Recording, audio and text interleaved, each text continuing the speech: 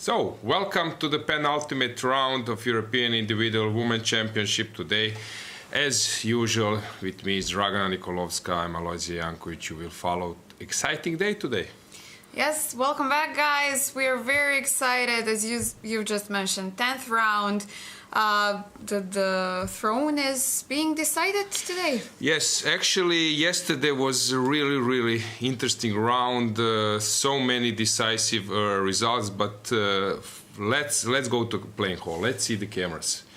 So you see on the first board, Dragana, maybe you can introduce first board. Yeah. Upper left corner, as usual, Arabidze Mary against Guichard Pauline. Then we have Maltevskaya Alexandra against Kielbasa Olivia. These four girls have 7 points, so these are the current leaders, all of them. Then third board on the upper right corner, Kotenashvili Bella against Melia Salom. Fourth board, Buksa Natalia against Sargsyan Anna. Then we have bottom left corner, Garifulina Leia against Solakidou Stavrula. Yavakashvili Ilela against Savina Anastasia on the sixth board. And the bottom right corner, Gaponenko Ina against Daneli Anelina. And Cornet Diamante against Narva Mai. Yeah, these are our 8 boards. We will see, I would expect interesting battles. Players are sort of blitzing the moves. Actually, my attention was drawn to the fourth board because of nice outfit. Yeah, we have some. I thought those were national colors. Yes, I was trying to guess what do we see, but also Natalia is having something on her dress, so it's interesting. Yeah, interesting. Yeah, I like to follow you. Some mix today on that board. This is the most, I would say, not an ordinary one in terms of dress code. It's always nice to have some playful colors around to brighten up the room. Exactly. So they are playing what I can see on that board. They are playing Lasker or Sveshnikov Sicilian. We will follow that one closely. But let's remind you about the standings. Yes, as we've just mentioned, we have 4 girls with 7 points. The first 2 currently are Polish girls, Maltevskaya and Kielbasa. Then we have Arabidze on the 3rd place and Pauline on the 4th. Then we have 6 girls with 6.5 points, so very tough competition. Kotenashvili Bella, Buksa Natalia, Sargsyan Anna, Garifulina, Solakidou, and Melia all have 6.5 points, so definitely a very tough competition. Yeah, if let's say the tournament was only 9 rounds, now we will have like a massive tiebreak, 4 players sharing first place and 6 players sharing 5th place, right? So that means that these 11 rounds are much more fair, because hopefully we will get either a solo winner or at least that we don't have so big tie, right? What do you think? I'm very excited about today's round. The results might change a lot, might make the same, but I think we will definitely see some interesting So let's games. just also remind our viewers about the tiebreak, because its players are already a bit calculating. So we have direct encounter as a first tiebreak, if I'm not mistaken. There's a result of the players in the same point group, then Buchholz, but I'm not sure is this correct. We will check the regulations. The official regulations. Yes, Yeah, but let's say that we only speak about Buchholz, which is normal tiebreak in the events. So Alexandra is on the first place, having half point Buchholz more than Olivia. She's on 45. Then Arabidze 44, and Pauline has 41, which means that she was coming outside the top and not having the top tournament. Then Bella is having the same, 6.5 half point less than leading group, so she's having the same Buchholz as first Alexandra, so it's 45.5. Then Natalia Buksa 43.5, Sargsyan Anna 43, Garifulina 42, Solakidou 41, and Melia 39.5. The biggest, the Buchholz, the highest one is the one which Elina Danielian is having 47, which means that she really had a tough tournament. Maybe we can also say about some big gainers in the top groups in terms of rating. Mm-hmm. We had these standard 100 plus. Yeah, yes. I'm trying to find this. Yeah, 130 points for Kobak Polina. Really amazing gain. Under 16. And then we have from Albania, Shukya clan, gaining 95 points as well. So. Okay, let's find players who have more than 2,300 and having considerable gain. So on top, first player is Alexandra. She's having a rating 2388 and in a plus of 20 points. Same is with Olivia. She's also plus 20. Then we have Dalita Cornet. She's having plus of 12. Bedulayeva plus 14. Okay, Toncheva is not 2300 player, but anyway, she's gaining with her rating 2192. She's gaining 63 points. We know that some players are struggling, typically as Stefanova, as probably the best player who is not in top at the moment. Okay, that would be it. Let's check the maybe the pairings or I don't know. Is there anything in chat left unanswered? Yeah, we can check the chat. Also, I believe we can also mention about the norms. We got a list of norms 1 out of 9 rounds. So we will have an updated list maybe later. But out of 9 rounds, we have Wagner Dinara with IM norm. We have Mkrtchian Mariam with VGM norm. We have Krasteva Beloslava with WIM. Then Hrebrishchikova Yelisaveta as well, WIM. Schulze Lara, WIM. Rudzinska Michalina, WIM as well. Toncheva Nadia with VGM norm. Although I think she even scored IM norm after yesterday's game, but we will check this. Zaksita Salomea with WGM, Yarotska Livia WIM, Koridze Lilith WIM, and Sofia Pogorleskih WIM as well. Okay, so that's it. We are getting a comment in chat that yes, the direct encounter is the first criterion. Okay, thanks for that. Maybe we can check a little body language.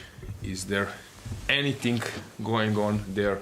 Who is missing particularly from the board? Yes, number Olivia. 2. Yeah, Olivia has left the building like Fraser did on the third board as well. Same goes with Melia. She's off the board, feeling comfortable about her positions. Or maybe just getting some coffee. We will check. We see in some games that players are already in some sort of theoretical debate on the first board, for example, and we see that on the 8th board, which is bottom right corner, the players are deciding about what will they choose in their games. So let's check for a second. Let's see the faces one more time, and then we can move to the games. Okay. Let's see the games. So, can we start? Yes, please. This was already played. If you recall, there was an important game won by White when H4 was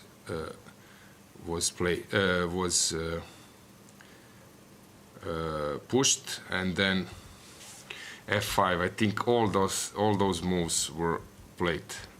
And then we were covering this H pawn that was on E6, and suddenly F pawn became a strong asset. Second board, so here complicated battle already there, deep in theory. This one is English, sorry, it's King's attack, and actually our guest yesterday was very strong Greek grandmaster Yanis Papaioannou, who was saying a few things about what should black avoid and how would he defend. So Olivia is taking that route in her game. This one, double fianchetto. Okay, possible line played with Hugo and some other players, but this knight e4 needs some preparation. Probably not an ideal for black, I would say, but let's see it later. Natalia, the one I mentioned, against Anna, they are playing this Sveshnik or Lasker, Sicilian. Known as slightly better, this moves gives a slight plus, and some players are not happy because it's not easy to win with black, and you might suffer with white, but suffer for a while. But of course, this is also known stuff. So g4 very aggressively played, bishop f4 with Paolo. g3 is also normal move here. a4 always is a possible way. You can check how Kasparov has sacrificed the exchange in one position where knight was on b7, and then he played b4, trying to dominate the knight. That was famous model game. Tsulakidu, she was playing yesterday. Beautiful game with black against and today this is actually, I was always happy to play this position. If you will play this g4, h3, g4, fianchetto is not bad, but okay, this is complicated stuff. Then we have Lela against Anastasia, okay, deciding about the position. Kero, classical stuff. Ina, we will see, will her time management be the same like usual? So bishop b5, g6, known stuff. d3, okay, no, normal move, but not so critical one. Usually white does c3 or something else. So d3, e5, a3, this is typical reaction when the bishop goes to fianchetto, and there is c5, e5, then b4 is a reaction, but nothing special, just trying to surprise her opponent. Gore against Claudia. King's Indian, things opening I love to play. So bishop g4 was played. Okay, move bishop e3. Usually they played here bishop g4, then bishop e3, and there are some stuff with knight d7 and so on. So she did e5, castles, bishop g4. This considers as better for white, but it was played by some grandmaster, I think Serbian grandmaster Ilincic. Bival against Toncheva. Okay, suddenly c4, e5 was reaction, d4, d5. Interesting way to deal with the opening phase. We will see. Yulia, classical stuff. Mamadzada against Mekcian, also classical stuff. I was always asked by players, kids, youth players who are just trying to play the Rui Lopez with Spain. Somehow they know that there is this bishop e7, b5, but then they are afraid, and then they always do it immediately here. And I didn't know which advice to give them, and then I figured it out, and then I said to him, when white protects e4 pawn, then you push b5. And somehow it was also again hard for them to memorize, but in the end they did. So if you don't see the difference when bishop e7, when b5, you know that it's somehow b5. Remember, after bishop b5, a6, you're ready to take on c6, of course, because now there is this double attack. So the pawn is not hanging. Okay, let's move on. White plays bishop a4. Why is important not to play f6 first? Because on knight f6 there is some difference. You're entering Berlin. So here you play a6, bishop a4, knight f6. Now if white takes, he could have done it before, so it's not an issue. He castles, and then you play bishop e7, not b5 immediately. Why? Because if you play b5 immediately and knight e7, there might be some ways, for example d4, and white is a bit faster in doing something. So you play bishop e7, and only if now takes, you are fine. What was the point? Let's say that I make some stupid move. The point was now if you play the queen d4 or something, I go back and then I make problems over the e file. So the point is to play bishop e7. Now you stopped that issue. And if white takes, you take, and after knight e5 you are safe enough to take on e4, because e file is covered. Now rook e1 is not doing you any harm. After bishop e7, white plays rook e1, protects the pawn, preparing to take on c6 and e5, and now is your turn to play b5, and after bishop b3 you decide either to prepare for Chigorin or Breyer or some Zaitsev, or you play castle. And when I was kid, I was playing only martial attack, because for me it was so fantastic to see this position, and suddenly I'm playing this bishop d4, bishop d6, and on rook e1 somehow you get to this position so quickly with black. And this rook e6, and it was so appealing to play that way. And I remember even Aronian has said when he was kid, he was playing martial attack as well, like me, and he was praying in himself, praying that after castle, white will play c3 and he will play d5, because he didn't know anything about anti-martials like I did.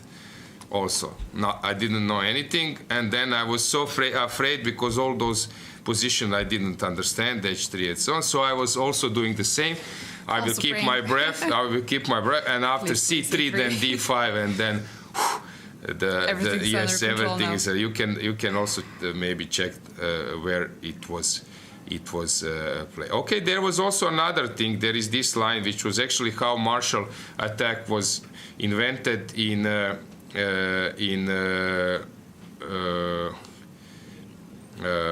history. There was a great game, Alekhine against Marshall.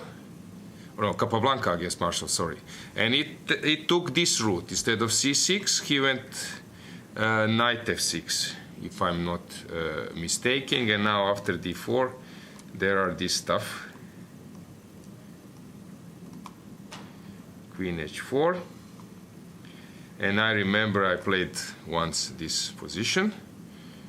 And the point is, if you take on f2, queen f2, there is bishop g3, yes, and you lose on spot with white.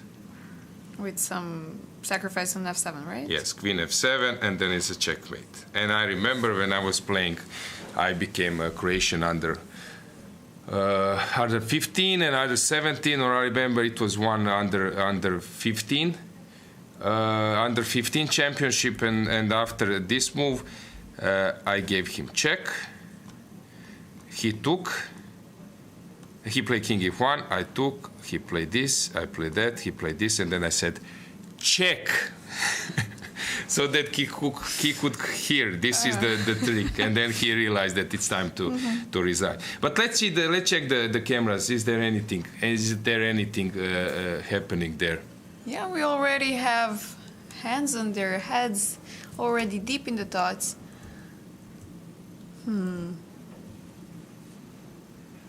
Yeah.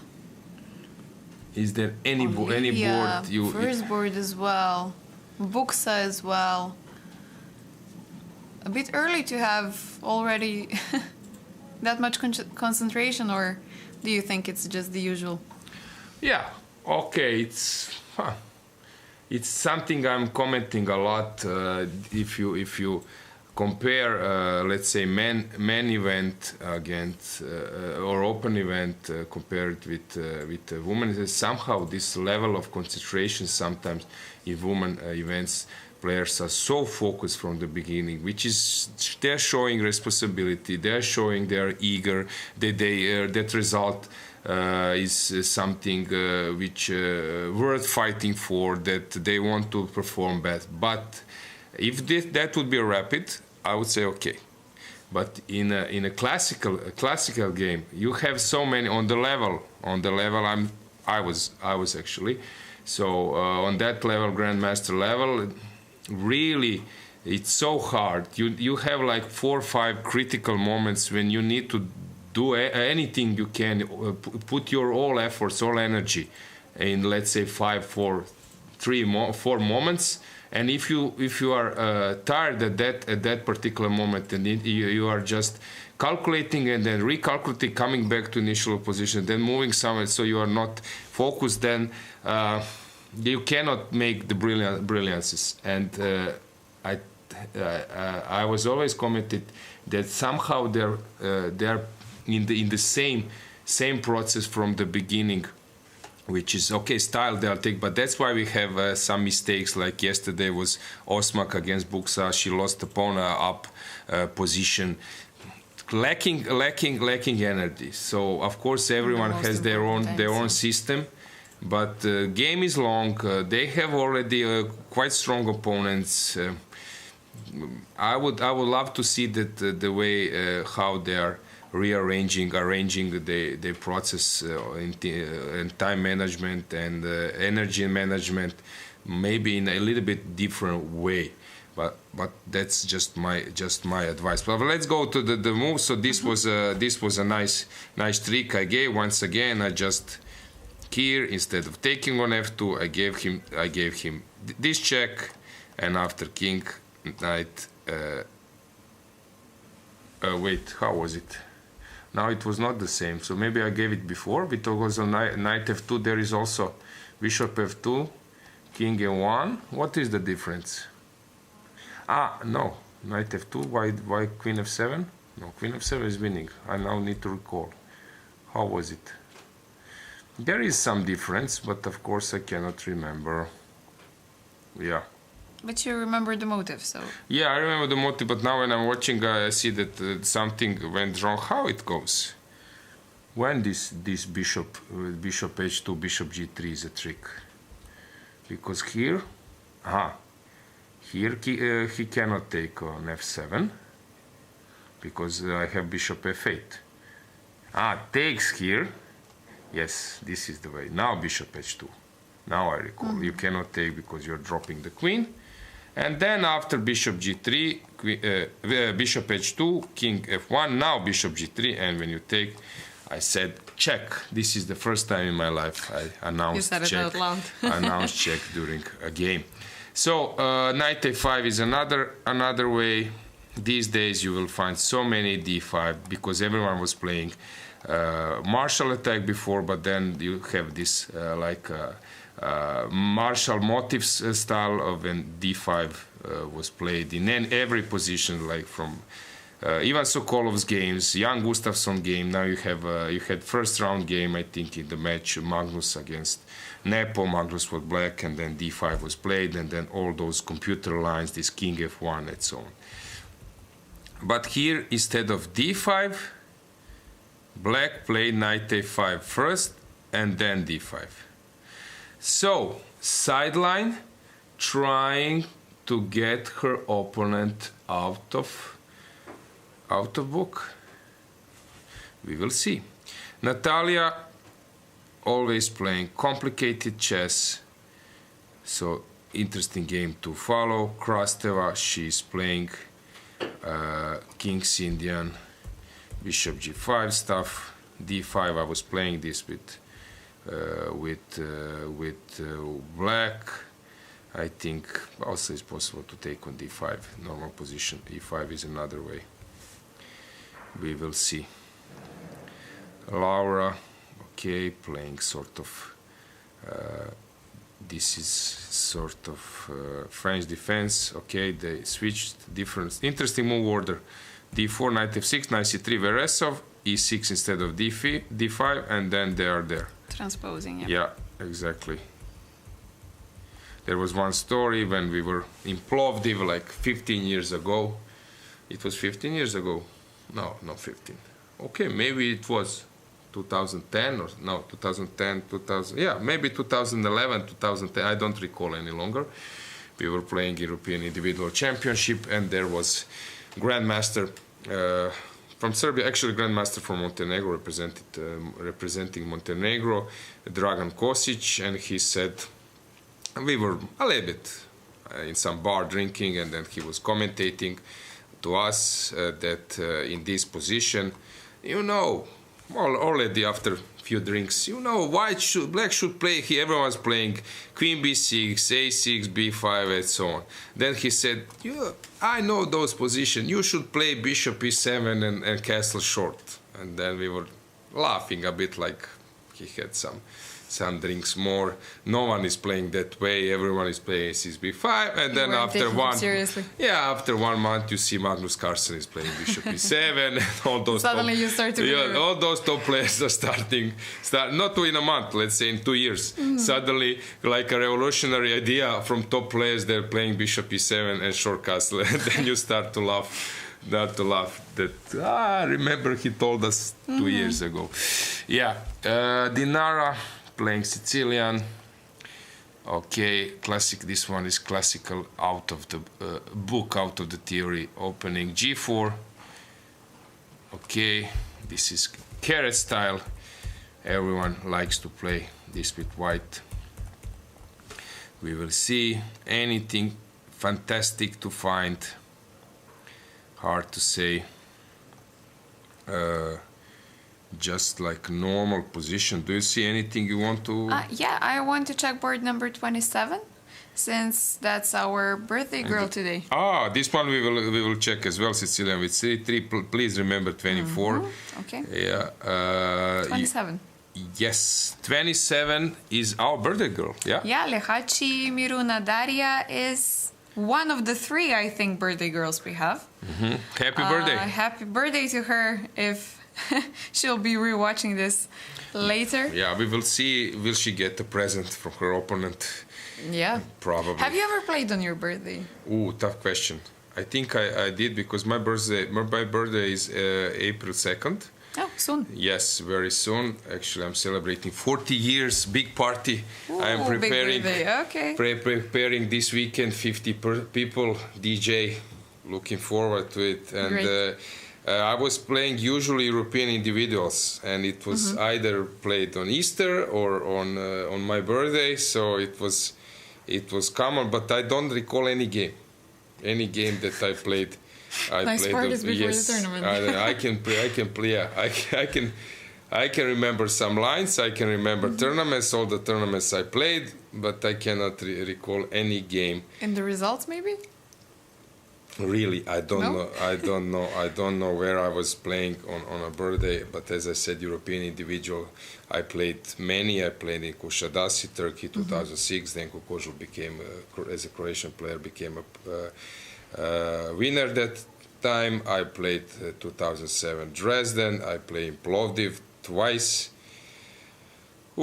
Played in where else? In Rijeka, in Budva. Actually, 2009 was Budva. It was won by Ivan Sokolov. The thing is, actually, at that time there was a tiebreak, and he won. And then in tiebreak he lost the title, but he came first. He came first in like a regular Swiss. And okay, then that time we were hanging on a lot, and I would follow his games and so on. So where else? So Budva, I cannot recall all the tournaments. I played only one game on my birthday. It was the 2012 Olympiad in Istanbul. And I remember we were playing South Africa. When is your birthday? 31st of August. We were playing with South Africa, and I remember my coach wanted to take me out of the team on that day. He was like, it's your birthday, you should enjoy it, not having any prep or anything. And I was like, no, please let me play. I want to win on my birthday. I was so sure that I'm going to win, even though she was, I think, a little bit... We were close with the ratings, but for some reason I was sure that I'm going to win. I had this feeling. And then, of course, the exact opposite happens. I go to the game and I play like I see the board first time in my life. And we lose a match, 2.5, 1.5 because of me. So I was so Really? devastated that day. And I said, okay, if I have a chance never to play on my birthday, I definitely won't. Pity. So that's why I was asking if you had a similar experience. Yes, but actually, okay, so as a chess player, I told you, top players, okay, these days you have online events. Before you would just play, travel, and there were some longer events with usually 9 rounds, 9 days. Now people are trying to speed up the process, so you are playing maybe 9 rounds in 7 days or even 6 days. But that time that was classical, 1 day, 1 round a day. And so if you're playing 150 games a year, you also play some rapid and blitz. So that means that you are like a tennis player almost, that you are never, or not never, but big part of your year you are abroad or somewhere outside. And then depend how old are you. Either you miss some celebration. This was like a normal thing, that you miss some important celebration in your family, friends' life. Also some players they got children during the tournaments, which is always tough. I was lucky not to experience that thing, but actually I was running from Batumi, I think European Championship. I was running to catch my second children, my boy, birth. So it's always smart decision, it's always tough for chess players, but this is regular thing. You travel a lot, you're not at home, so birthday celebrations. Yeah, unfortunately we have to miss some. Yes, and other things. This is quite common. And usually you remember the tournament places where you play well, but also sometimes you remember them from other reasons. So she's having a nice birthday position, or okay, black is fine, white is fine, typical position, and everyone is happy. Okay, Sicilian, this one is interesting. We'll see, will rook e3 will be played, which is a move, but actually white is better there. 24 I mentioned, Sicilian's c3. Big one, not big part of my life, but solid part of my I spent for this line. I was expert at that time. What else do we have? Antoinetta burning a lot of time. This is strange. Somehow typical for this tournament for her. Yes, half an hour to burn in this position. Strange. Okay, this is known stuff. Everyone is playing now. This, yeah, bishop e2.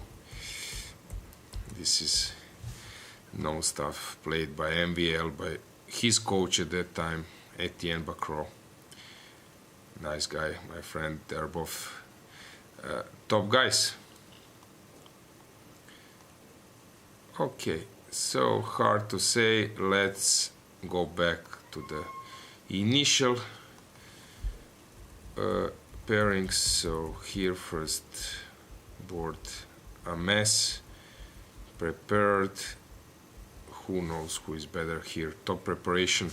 I always prefer white in this type of positions, but you never know. This is taking this usual route, but now we have h6, the move I like to play. But Yanis Papayanov was suggesting that he would have allowed h6, yeah. Here, hard to say. White is slightly better normal position. This one, how they exchange the queens.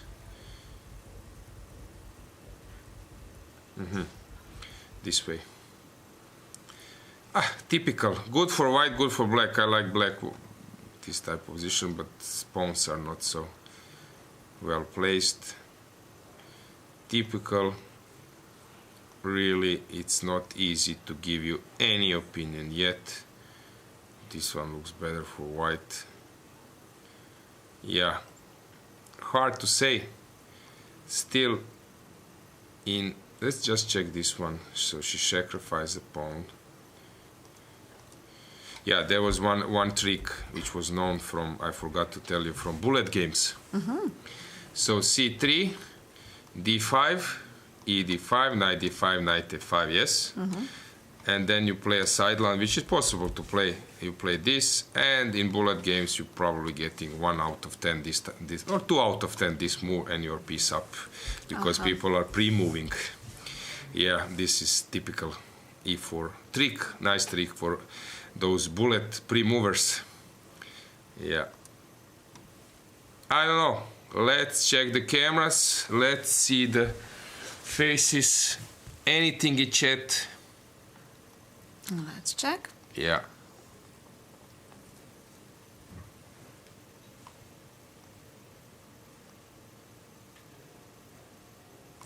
Looking at the prizes, top 20 are gonna get some. Do you think that plays a role in their strategy for the last 2 rounds? I would say that in this event we have 3 types of players, maybe even 4. So one type of player are players who are just playing for a qualification spot, like you would have, let's say, in men's competition, in European individual, in let's say recent one in Vrnjačka Banja in Serbia. Players are coming to qualify. Let's say if there are 20 spots, I think like 60 people are maybe trying, 60, 70 are thinking that they have some chances to qualify, some bigger, some lower. So they are playing to qualify. Then you have players who have quality and who have qualified sometimes before. They know that this World Cup is a good event, but it's not that they are so tense and nervous about it. If it comes, it comes. So they are fighting for the title. So they see if there is a chance. I don't mind if something goes wrong and I even lose my spot. I will try to catch the title, because if I catch the title, then I'm European champion. I can maybe marketing that, monetize in my country, in my federation, in chess world, and so on. So title, then suddenly you are getting some recognition by community. This is the second group. And third group who are coming here and playing, not expecting anything special. I'm playing European Championship. If I get some rating, maybe some prize, it's nice. But those players who are trying to qualify, I don't think they're thinking about the prize. While at the same time, those players who are catching the title, they are maybe if they are, let's say, on the 5th place, they don't think that they can become first, but they see a big difference if they are 4th, I don't know, instead of 8th. They might risk because of higher price. So this is the case. I don't believe that prizes are so important for players who are now around, let's say, close to qualification spots. So I will rank first interest of big portion of player qualification spot. Then second, I would say title, because there are some players. And then third is just prizes, but I don't think there are so many. So this is what I can say about question. Yeah. Yes, of course. As you've mentioned in the comments, tomorrow's round is gonna start 2 hours earlier, so from 1 p.m. Don't forget that, because if you tune in at 3:15, the games are already going to be deep into the game. So let's bet a bit, not for money, but just for fun. How many players would miss the announcement that the round is in 1 p.m. instead of 3 p.m.? I have my opinion. I can say it immediately. I would say 3. You think 3? Yeah. They will come to lunch and then see, because the playing hall is next to the restaurant. They will suddenly see players playing, and then they will run to their board, maybe dressed for restaurant. Miss the game completely, or just they will miss the announcement. late? They will miss the announcement, and then somehow they will follow something and forget completely about. Okay, 3 is a reasonable number, let's say. Yeah. I would say less. Okay, so then we have one particular player, or yeah, we will check that one. But even so, I think everybody checked the regulations already. But regulations. Yeah. Okay, so my opinion is like not. when you are coming to tournament as some kind of player, only what you write in your mobile phone or somewhere is date. So you write the date. Usually, sometimes even tricky, you don't write when is the first round. Is it just arrival date? And then you write your probably like a flight time just to read. So this is the only information you get. Then you come to the playing hall, maybe to register. Okay, some of them go to this technical meeting, but usually to technical meeting only those goes people who want to ask some questions which are not important, like where I don't know where will be something. So usually you don't like that, and that's why you don't go there. Only if you are obliged to do so. And then you have regulations. Maybe you open it in your Safari in your iPhone or somewhere, and then it stays from time to time. You check the regulations, but as I told you, no one is reading anything in the playing hall. This is typical. I know this. Just checking for once at least if something is off. Only when you're in the last 2 rounds, if someone asks you what is the standings, then you check. Okay, but still, I think the arbiters announced it in every single playing hall. Of course. So. Yeah. So okay, we have a bet. Yeah, but there are some players who this is typical behavior of chess players. There are some players who come to playing hall at 3 o'clock, and they're ready to play, and then the arbiter starts doing speeches or some guest. Do this restaurant is that the dinner is that these guys looking at the watch. Usually now these days you don't allow to have watch. But say the clock, you're then showing the arbiters the rounds should start at 3. Your speeches are maybe meant to do before. Yeah, so it's funny. What else do we have?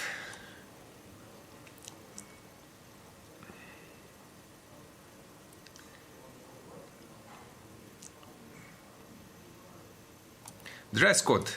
Okay, this is your. You are an expert there. I'm not.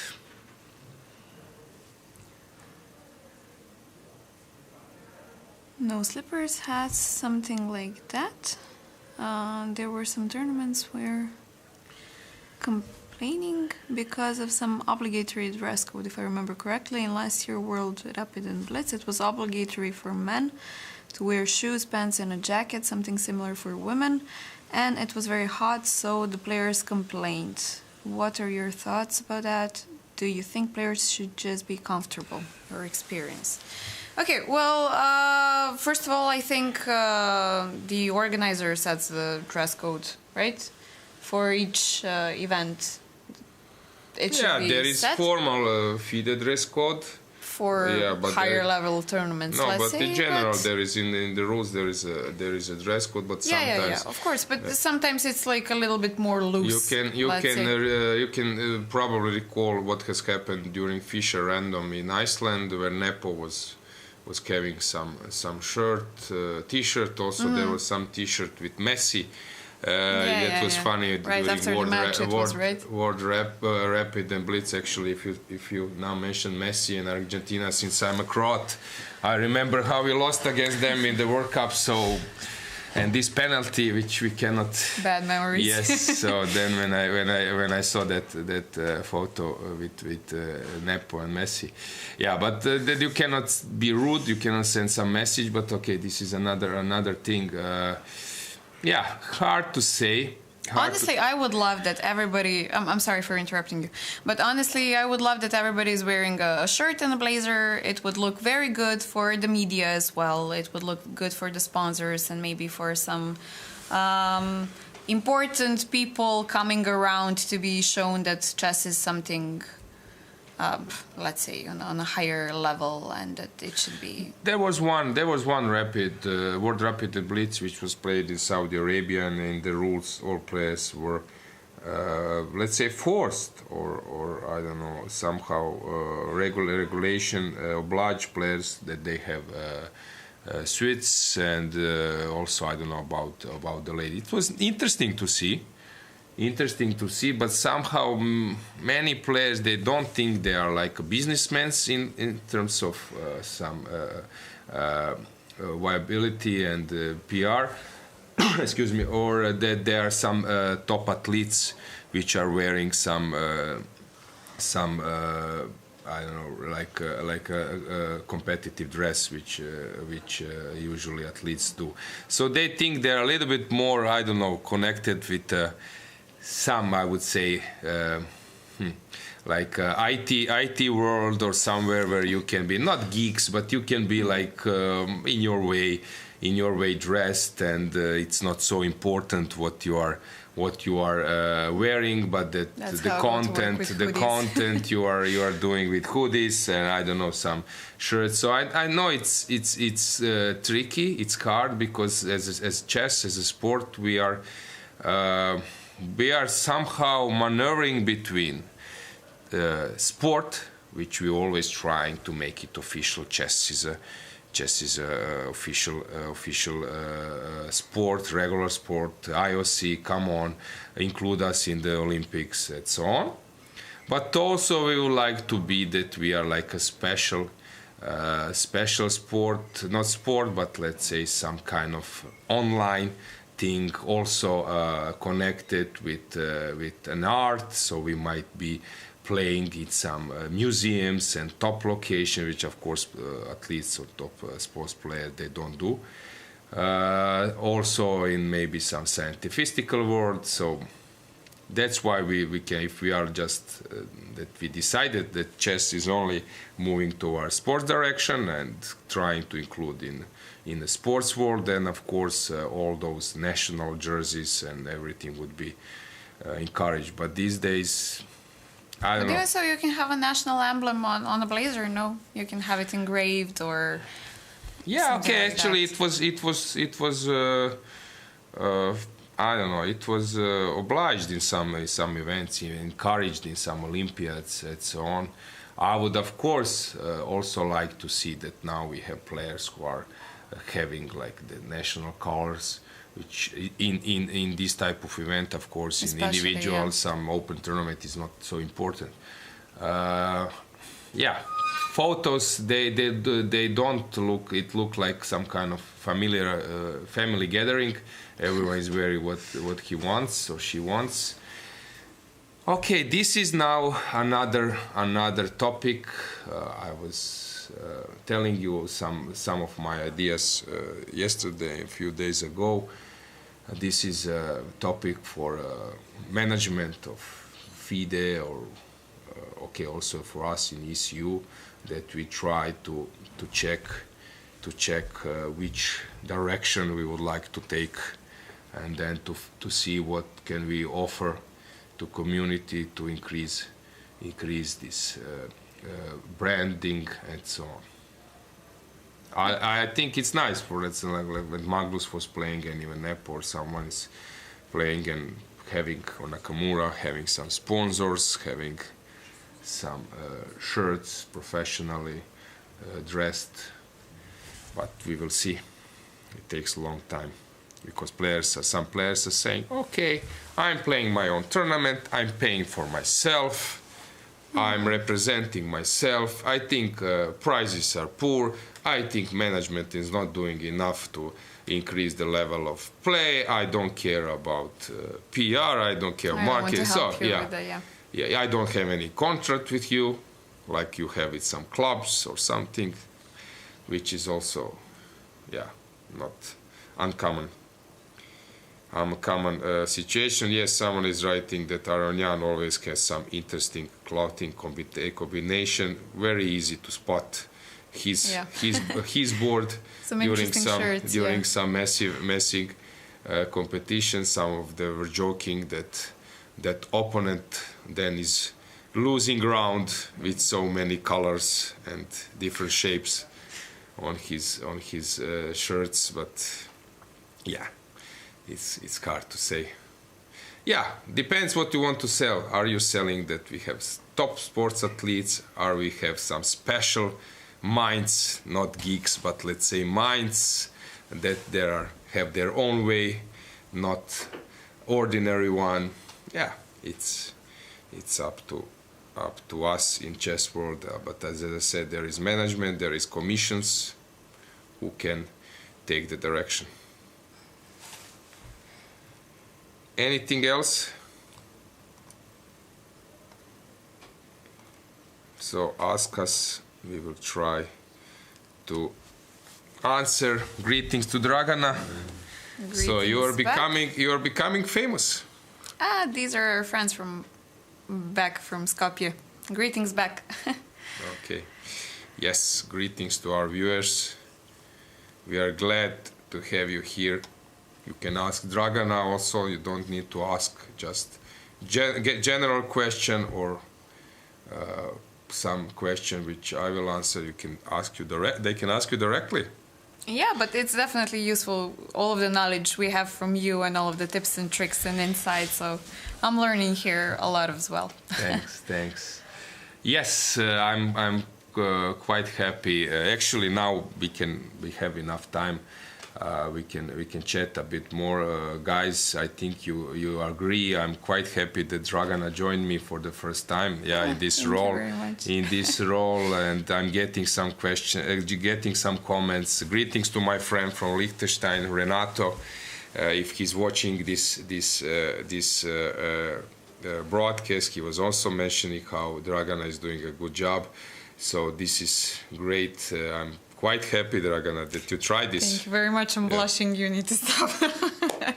Thanks a lot. Really, all of the kind words, they just mean a lot to me, especially since it's my first time in this role, and I felt completely shaky before the start of the tournament, but somehow, I guess, having you here as well to lead me through all of this, so it's just a great experience for me, and I'm very grateful to everybody who just believed in me and gave me the chance. Mitar as well, Jovan from the Montenegrin Federation, who believed that I could do the job even though they had no proof. So I'm definitely very grateful. Somehow they are behind the cameras. Montenegro Chess Federation officials, Jovan Milovic, president of Montenegrin Chess Federation. Also, Vanja Drašković, his son is playing. He became a grandmaster. He's now a big asset for the Montenegrin chess national team. He might join us actually these days, as you mentioned, Mitar Đukanović, who is doing all this behind the curtains job, media stuff for the media, organizing everything for national TV. Also preparational work. Igor, who is doing broadcast, DGT. Also, some people from other countries helped a bit, like Nebojša Varalić, who is here today. So people were visiting. So there are so many people involved. There are volunteers. There are arbiters here. So Montenegro Chess Federation is really doing great job, so I'm quite happy how they did. Actually, yesterday after the broadcast, I visited one football match. Very interesting one. Yes, so I visited the football match in European qualification for Euro 2024, which will take place in Germany. Montenegro was playing against Serbia, and I was joining my friends from, as I mentioned, Jovan and Vanja and Luka, and actually it was a very nice game. For the first time I've been to Podgorica. I only flew from Zagreb when I was coming here. Very nice stadium, city center was interesting. The match was very interesting. In VIP room, I had a photo. I met Djajic, who was Dragan, who is now president of Serbian Football Association. He was one of the best footballers from former Yugoslavia or Serbia ever. Very nice. President, I think, of the country was there. Also, some famous football players, like now president of Montenegrin Football Association, Dejan Savicevic, who played for AC Milan, and so many known persons. So it's sometimes nice to use this chance, as actually Podgorica is like 40 minutes from here, not so far.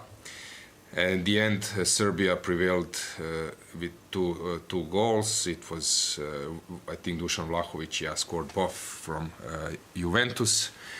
And there were some chances from Montenegrin team.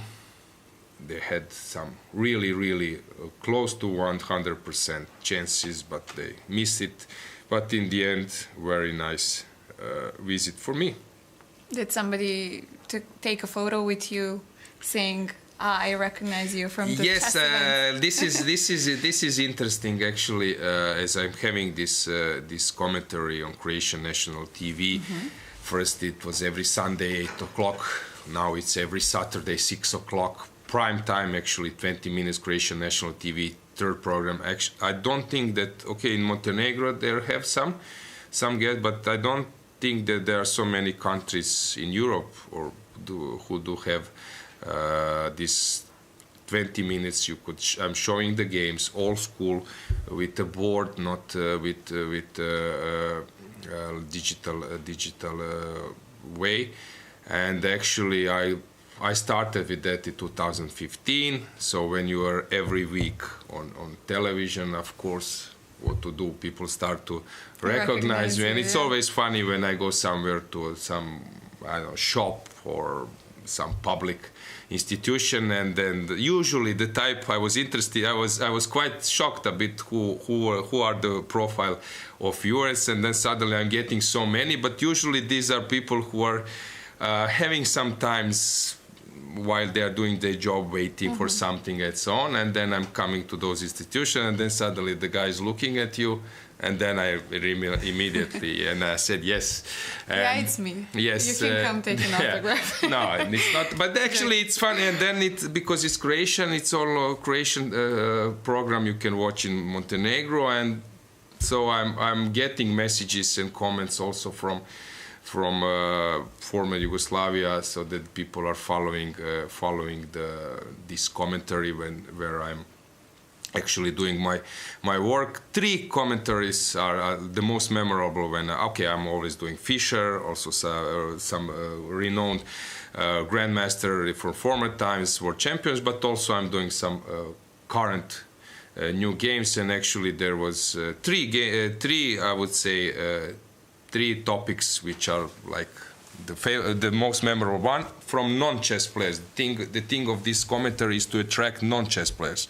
We as a chess player community, we have enough content, but for them it's important to attract, and this commentary did succeed in that direction.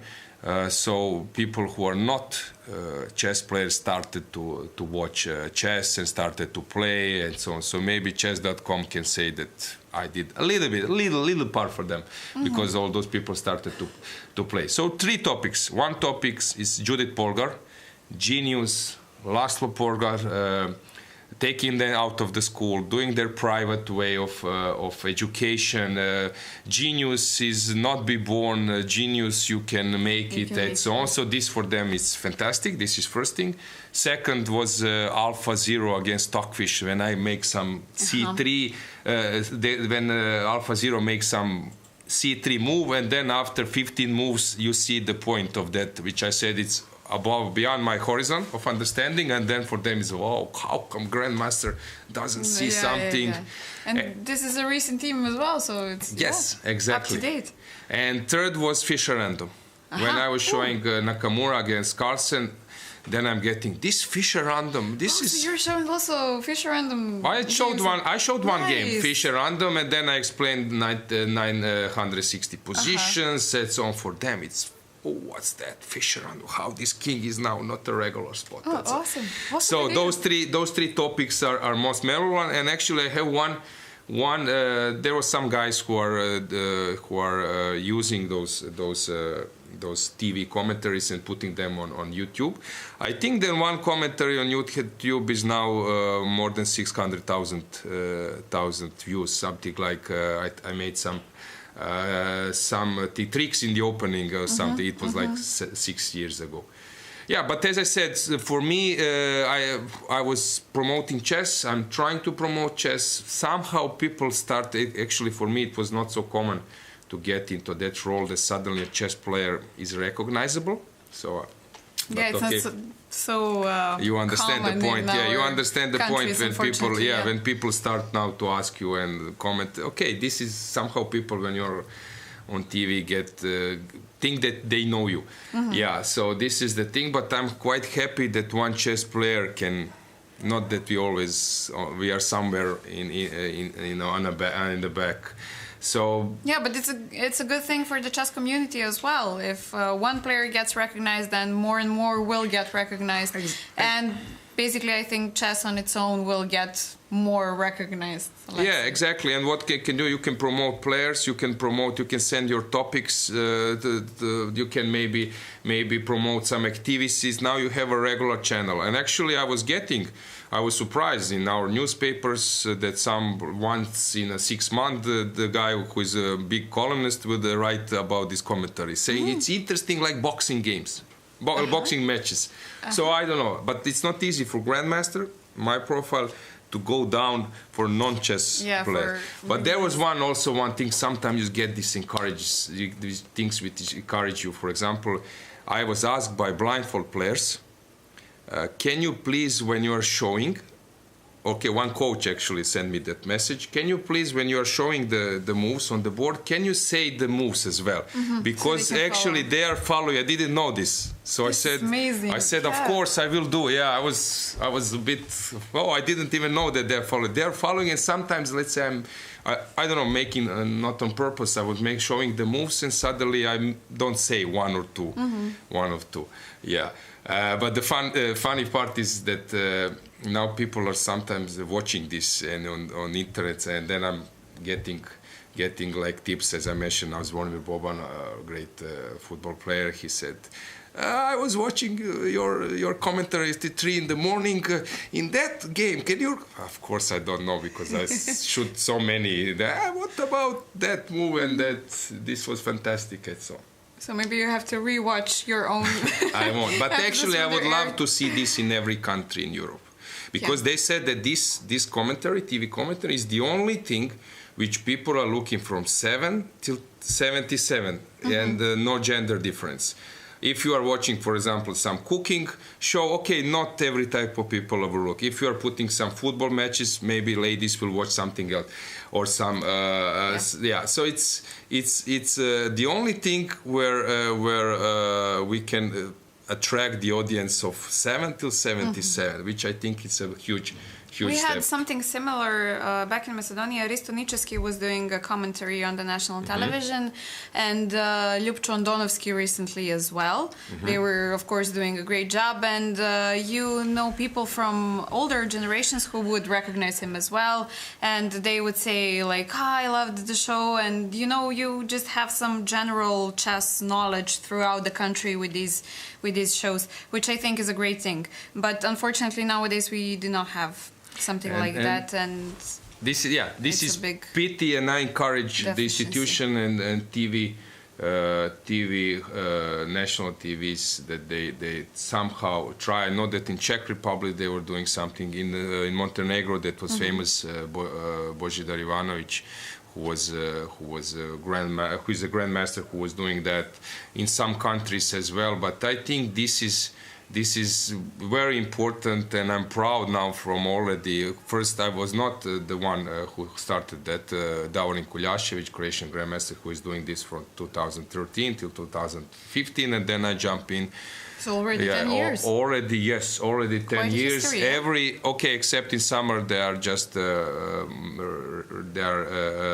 not showing new episodes, but in general. So every week, Saturday, now it's Saturday, it was Sunday prime time, because come on, if you are on national TV or third channel, they start with first, second, it's Sunday 8 o'clock, they're watching, I don't know, news, and they're see chess.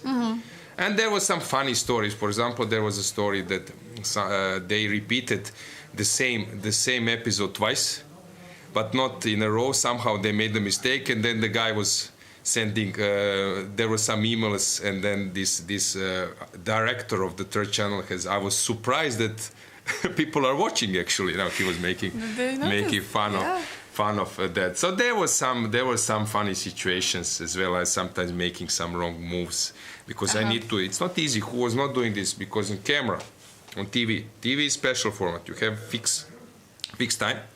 You need to watch all the time camera. I cannot put my head down. So when I have moves, I have pieces. So when I'm getting pieces or readjusting pieces back, I still need to speak something. That's why I have this professional deformation to speak a lot. So I'm just rearranging pieces, and then I don't know, but I'm saying something. Also, it's important, of course, I'm making moves.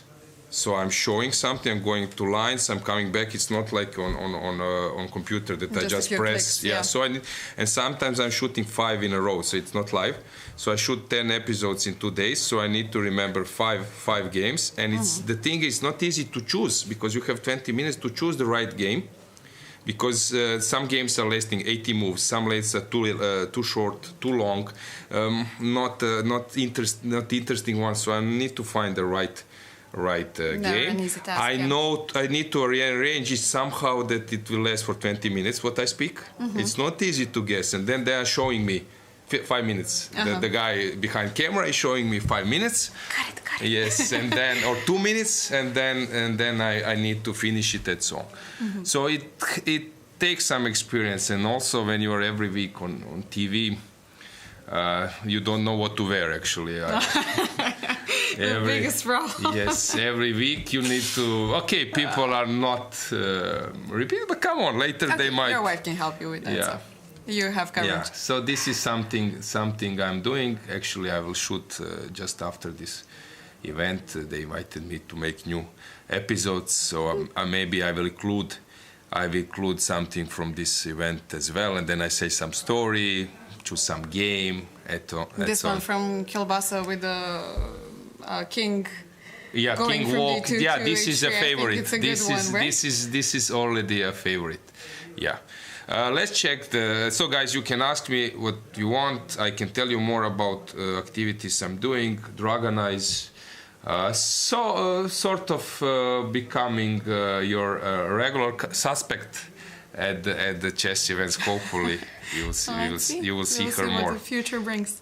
Yeah, let's check the cameras. I was actually always trying to not to sell, but somehow to encourage TV to come and maybe do live, because I was not doing live like we did now with Montenegro on television. That they come and that we have a regular commentary, live commentary, like this way. Let's say 8 boards live. Like I think this would be very interesting to players, but it should be rapid. I think standard is too slow. Faster time control. Blitz is too fast because they need to have some moment to think. I think rapid 15 minutes with some commentary. I think this would be great. Yeah, if there can be somebody who will sit and do the commentary and be like, this was just played, look at this combination. I think it would be very interesting for the wider population, actually. Yes. Yeah. So it's not easy to do it. As I said, with cameras, people come, invite television. Television comes on the first moves, and then you get this. Nothing is moving. The guy is waiting, and then it is funny. Okay, here we have 8 boards, let's say 4 cameras. But when the guy is taking one camera with him, and then he runs to one board because someone makes a move, but there is no other move. Then he runs to another board, and he's always running, trying to catch 2-3 moves exchange. Because but not getting anything. Not getting anything, yes. Okay. I know something about this, but I have some ideas. Hopefully chess world will improve in that direction, because I really believe I'm a chess fan. I really believe that chess is great, and that we could somehow make it even better and on a higher level, hopefully. Yeah, I think everybody here agrees, since we're all here, right, for the same reason. So yeah, it was not easy for me to break these barriers when you're coming and becoming sort of public person and you're a chess player, because they have some prejudice. But now recently I think chess is like very popular. Actually, they are quite happy when they hear about some games, some tournaments. I was surprised how many people play chess. yeah, I actually have a few colleagues from work who would ask me about a few players, like, did you see this tournament, or did you see this game? And sometimes I missed something and I get embarrassed, like, how come they have seen it and I haven't? Like, did you watch this speed chess, chess.com, something, I don't know. But it's very interesting to see that people are more drawn to chess. World Championship match, when it was this rapid part with the tiebreak, Karyakin against Carlsen, or Caruana against Carlsen, then everyone, or before when Topalov was playing against Kramnik, everyone was following that, because suddenly you know that there's a lot of is on stake and that they are playing in some rapid manner. And then I was surprised how many people were following who were not connected with chess, or I couldn't connect them with chess. So I think we can be satisfied about in general perspective on chess, but we should do more, because they are eager to involve us more. As I said, I would love to see chess a little bit better covered, with better coverage in some events, or in every country. Actually, as I told you, for me, I'm quite proud how the things were developed. As people are recognizing chess, there were some funny comments. For example, one lady on her work she knows me, and she was saying that somehow they connected, and then she says my name and surname, and then this other lady says, you know him, this is this chess guy. And she says yes. And then this girl who knows me asked, but you know him, or how do you know him? She said no, but before sleep I'm watching his commentary. Then I go to sleep much easier with his voice. She doesn't know chess and at all. I said, okay, this is new thing. So I'm trying to get people to sleep. This is next level. So before sleeping, you turn on chess commentary, and then you sleep like a baby. Okay, this is a new role. And then I use that to when I meet people, and then I said I'm the guy who is making you sleep, and then they're quite happy. Meditation. Yes. Meditation introduction. Exactly. We will see what will happen. But you know, the thing is, people underestimate. I was actually recently, I was a guest in podcast who is having as a topic language. Mm-hmm. So I would say how some languages reach, and which words are using, and so on. And then some viewers, it was 100, I think, episode, were sending in chat to invite me. I was surprised because I didn't know why. And then the guy invited me, and we had some talk of half an hour, and he was shocked how rich is chess language. For example, some words like we have promotion, like we have like battery, like we have prophylactics. Now I'm saying this in English, but if I switch to Croatian, you will find even more. Those are archaic words which don't exist in Word. He was shocked to see some words we are using, and for us is completely normal. So actually, chess language is quite rich, and we have some words which you are not I don't know, used to hear somewhere else. And actually, people I don't know, trying to chess language is sometimes used from other sports and other things.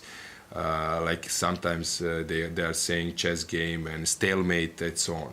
So I was surprised, and in the end, all those motifs like we have, like perpetual, like this makes our language very interesting. And the idea I was during this commentary, I was also trying to make those words, and then they were opposite colored bishops. I don't know, as I said, domination and so on.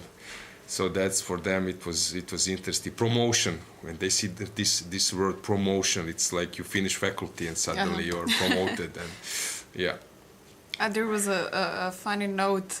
I can't remember about which grandmaster it was, but when he was asked how well did you get along with your wife, he said, "We are doing very well as opposite colored bishops." So yes, this is what I mentioned. This was Spassky. Yeah. Spassky saying yes. And there was famous when Ivanchuk was in some hotel, and there was a wedding in the hotel, and then they spotted him. I think it was maybe Ukraine, if I'm not mistaken. And then Ivanchuk was staying at the same hotel, and the couple noticed him and asked him, "Can you say a few words for our wedding celebration?" And then Ivanchuk took the stage and the mic and said, fantastic. He said that marriage is like playing Najdorf poison pawn variation.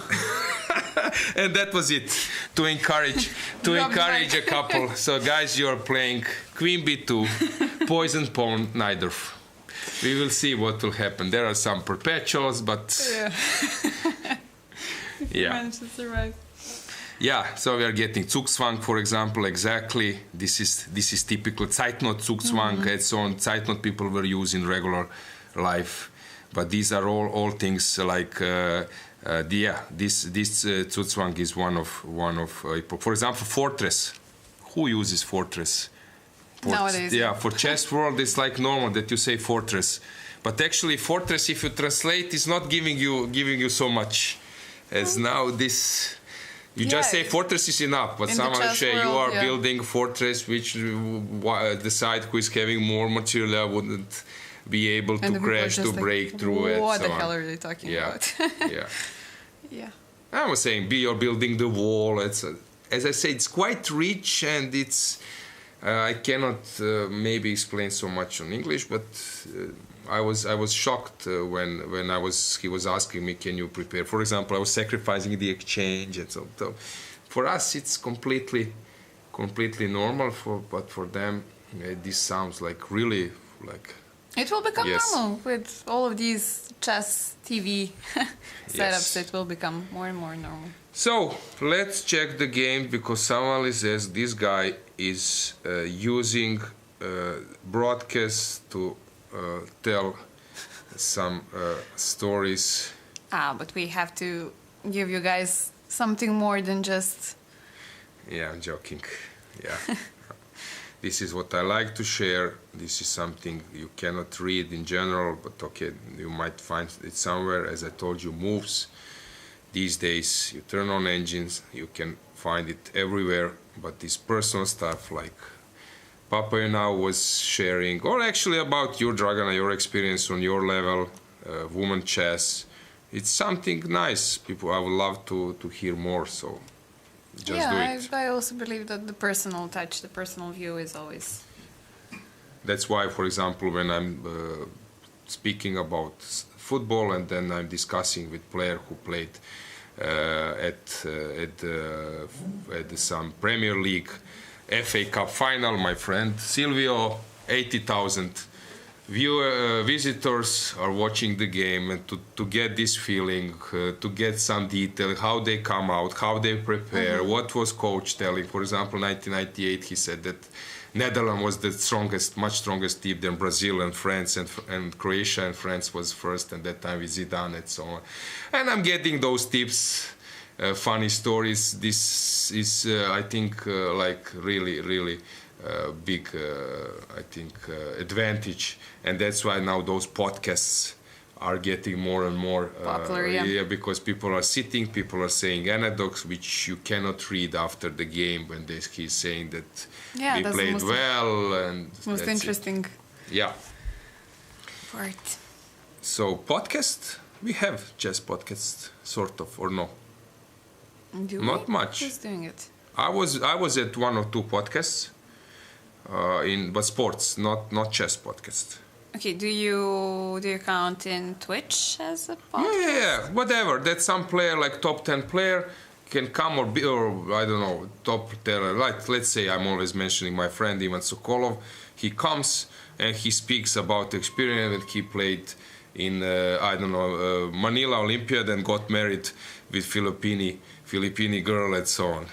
No, that would definitely be interesting, but I thought if we had already done this, if somebody has already done this. I don't know. So I would love to hear some play. For example, I would love to hear that. Sergei Movsesian, legendary Movsi, who knows English, German, Czech Republic, Slovakian, Croatian, Serbian, Russian, Armenian, and he's original Armenia. I think he knows a little bit more. And when he's sending message, I'm just have a feeling that I'm sending message, changing message with Croatian friend. And Movsi was asked where did he learn Serbian so well. One he was asked, and then he said on Croatian league. Yeah, so. This I would love to hear when Movsi starts telling story. There was one story, for example. So if there is not a podcast, then we definitely need to make there a was podcast. one story when he was saying that there was some H4 Queen's Gambit novelty, and they were preparing this for Aronian. Akopian maybe, who was else? Maybe Melkumian, I don't know. Sargisyan.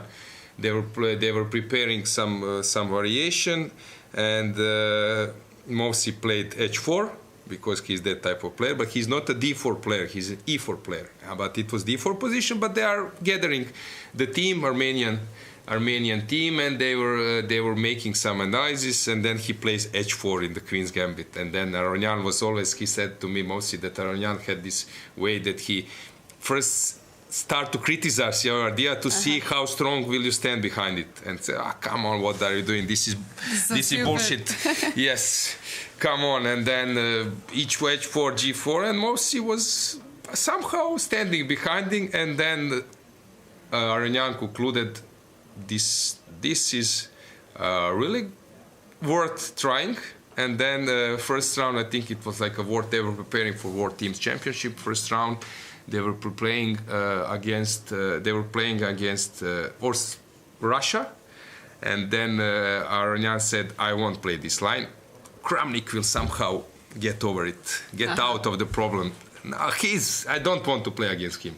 He was thinking, "No, I don't want." And then next round with White, he played against Hari Krishna, and he won the game. You can check that guys. Carlsbad structure H4 G4 in Queen's Gambit exchange variation. And he managed to win. And then Movsi was also saying that if you combine Sargisyan and Aronian, and that's it. Enough, chess world won't exist anymore. There were no competition anymore. Demolishing everything else. That's one person combined RoboCup of Aronian and Sargisyan. He said that's it. Aronian is a fantastic tactician. Sargisyan, knowledge of endgame and strategical. It's above everyone. This is okay. He was saying. Then that would be it. So I like to hear this. This is something you cannot, as I said, read. But now I'm getting Fabi's podcast. Chicken Chess Club has something like a podcast. Yes, Fres, Peter. They are doing good stuff. I remember Peter was saying, for example, when before World Cup final, he was, I think he won that time he was playing against Karyakin in the final. He was walking with Grishuk. They were walking next to tree. They were walking somewhere out, and then he said, "Maybe I could play English." And what about G6? Svidler asked Grishuk. Grishuk said, Mikhail Marin, who is author and grandmaster from Romania and wrote those books, is saying E3. Grishuk said just this, and then Svidler just played this, and that was the preparation. The whole preparation. Yeah. Okay. So let's check the boards. Let's check the moves. I think we gave them enough time to yeah. Mess. See what's going on. The queens were exchanged. As I told you, I like white in this type of position. Somehow long term, those bishops and things are developing in white's way. Oh, knight d5. I like it. I like this. So let's see the point. So if we take some okay, e6, take.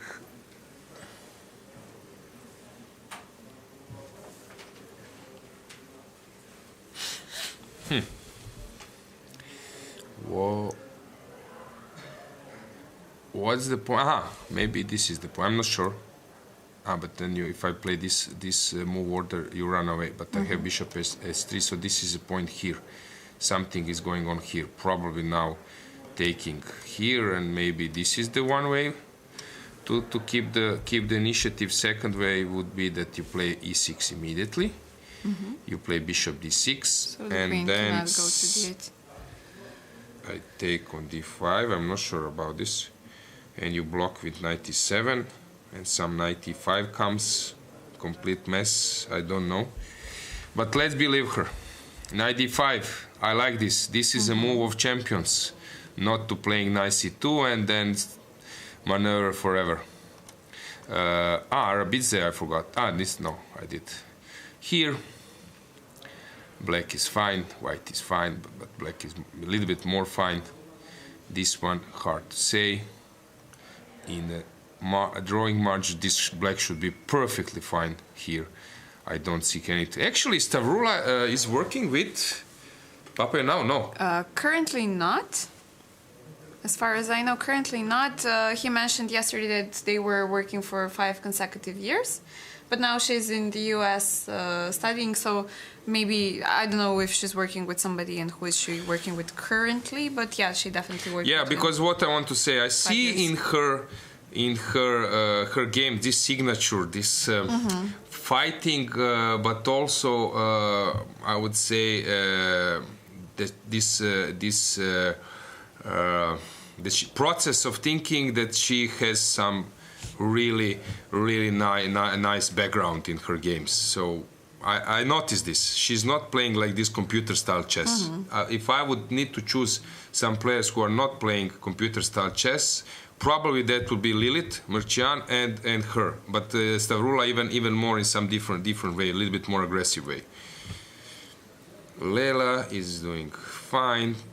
How is Ina doing on clock? Usual business, 27 minutes. Funny starting, 11th move. Yes, time management, unbelievable. Okay, I definitely will never go into some trouble again during a tournament.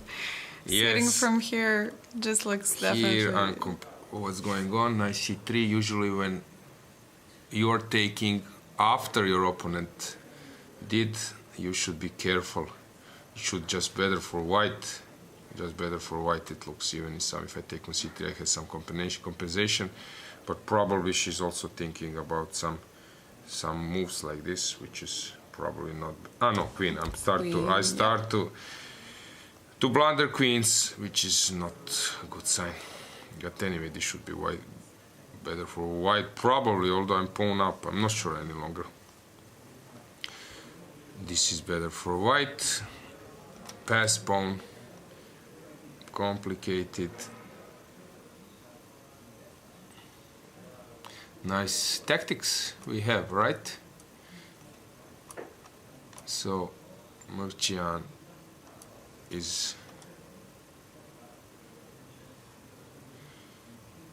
a normal position. Zhukova not so long time as expected. This one looks super solid, not special. Yeah, any game now, just to find some aggressive one. We set board 24. Yes. Thanks, Dragana. I would forget for sure. Where this one? Here. Okay. D6, queen e2, knight d4, better for white for sure. Sometimes rook d1 played instantly, but queen would run anyway. So watch out with this type of moves. Maybe you don't need to chase the queen, maybe first just to develop. So why not knight d4? She's afraid that she can take. Probably it's the case. I don't have any trick, so I need to defend. Okay, white is still better. She can play rook c1, and later also she can try some tricky moves to prepare for the kingside assault. But black succeeded to get the piece out, so it's something. Yeah, nothing. So rook e3 played as expected. Exchange sacrifice, typical for this line. Okay, check the cameras. Let's see the faces. Has anything changed? We can see the chat for the last time. Yeah, not.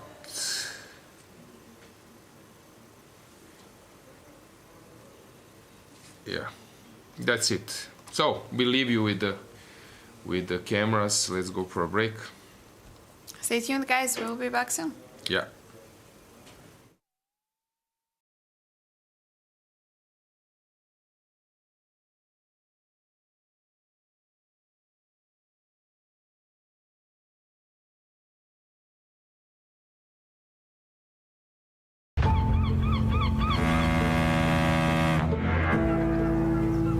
Krenuli smo opušteno.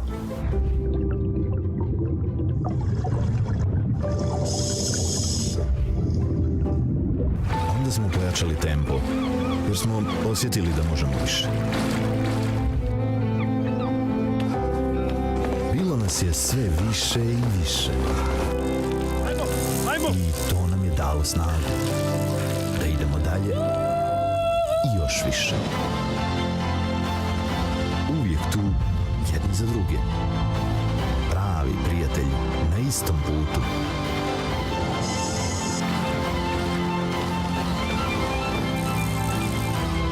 Zajedno već 15 godina ka vrhu. Emtel, imate prijatelje.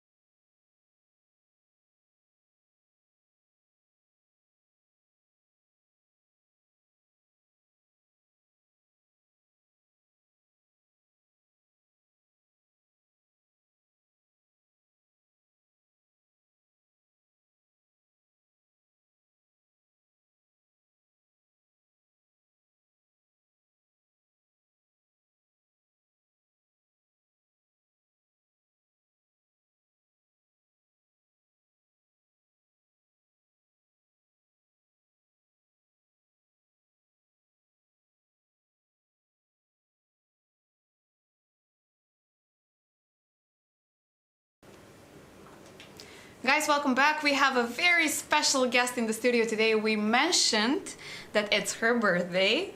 So we have Women International Master Miruna Lehaci in the studio with us. Welcome to the studio. Happy birthday. May all the best come to your life. I'm sure that the viewers can agree with the birthday wishes too. Thank you very much. It's a pleasure to be here with you. Thank you. You finished your game. What did you do?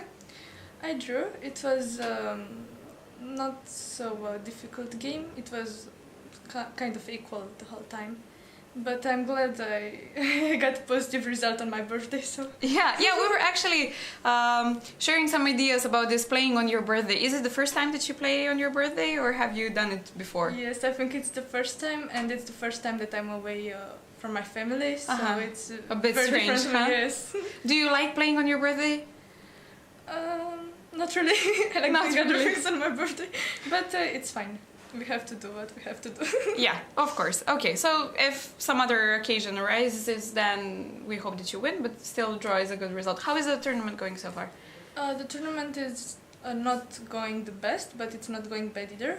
I won where I was favorite all games, and I drew some stronger players, so I think it's Good, yeah. It's definitely good in the end. How do you like it here? Is it your first time in Montenegro? Yeah, it's my first time here. I visited a lot of countries because chess, but I've never visited Montenegro. And I think it's so nice that we have sea and mountain in the same place. It's amazing. Right? It's such a cozy place, and yeah, it's so beautiful. I love it too. Will you be playing in Budva, maybe in the Yes, European Team Championship? I will be playing there because I became national champion of Romania, so this assures me a spot in the team. So I will come back to Montenegro. That's a great thing. You've been playing for the national team for a few years now. Can you tell us since when? I've been playing for the national team since 2018. It was a very huge surprise that I got in the team. You were only 14, right? Yeah, if I was I only calculate 14. correctly. And I had very low rating. I had like 2000. And I had no clue why they chose me for the team. But when I played, I did very much points. I think I won like 150 rating. So they knew. Say they knew They before knew. you. That's a great experience. Have you played some European Championships as well? I mean the team ones. You mentioned that you played the Batumi Olympiad, last year Olympiad as well in Last year Chennai, also, the yeah. online one, I guess, too? I was played the 2019 European with team.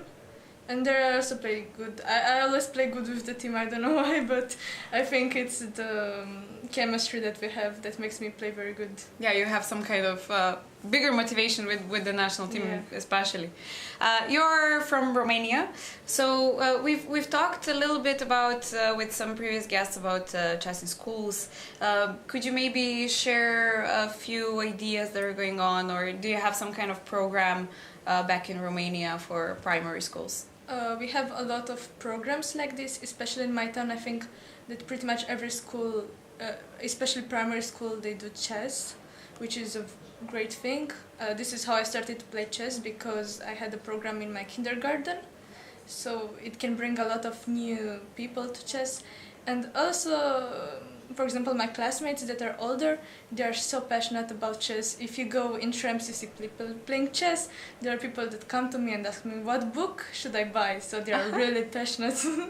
That's awesome. Do you have maybe any players from Romania that are recognized as famous people back in your country?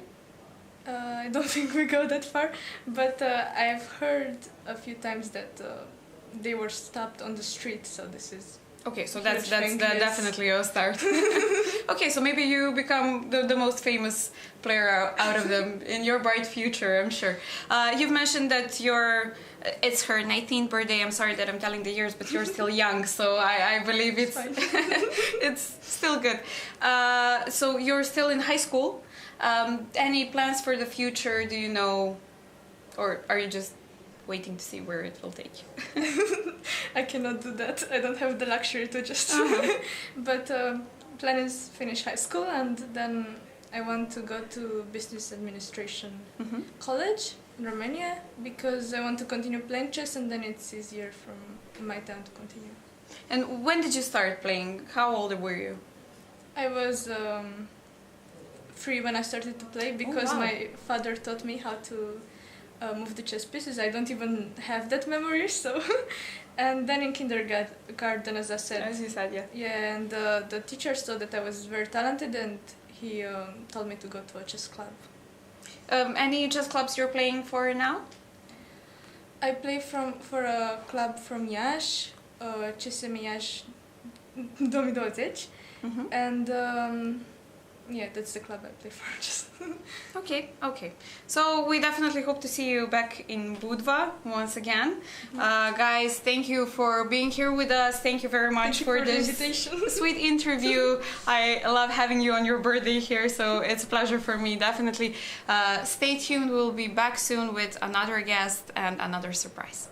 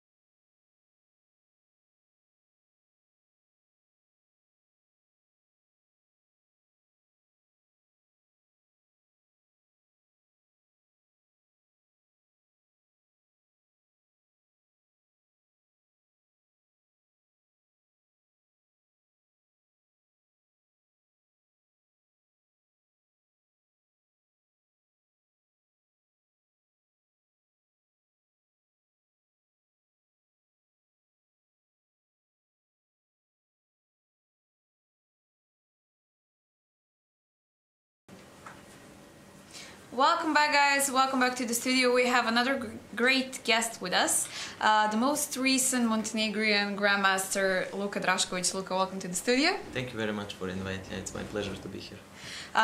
You're, let's say, the host country since you're from Montenegro. How do you feel about the organization of this tournament?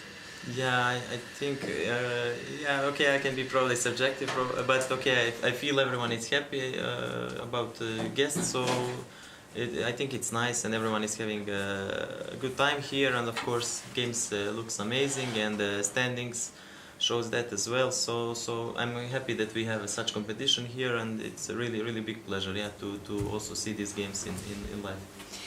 Luka is a standard part of the national team of Montenegro. You had a great team result last year in Chennai. You've played a few more Olympiads. Maybe any favorite Olympiad from those?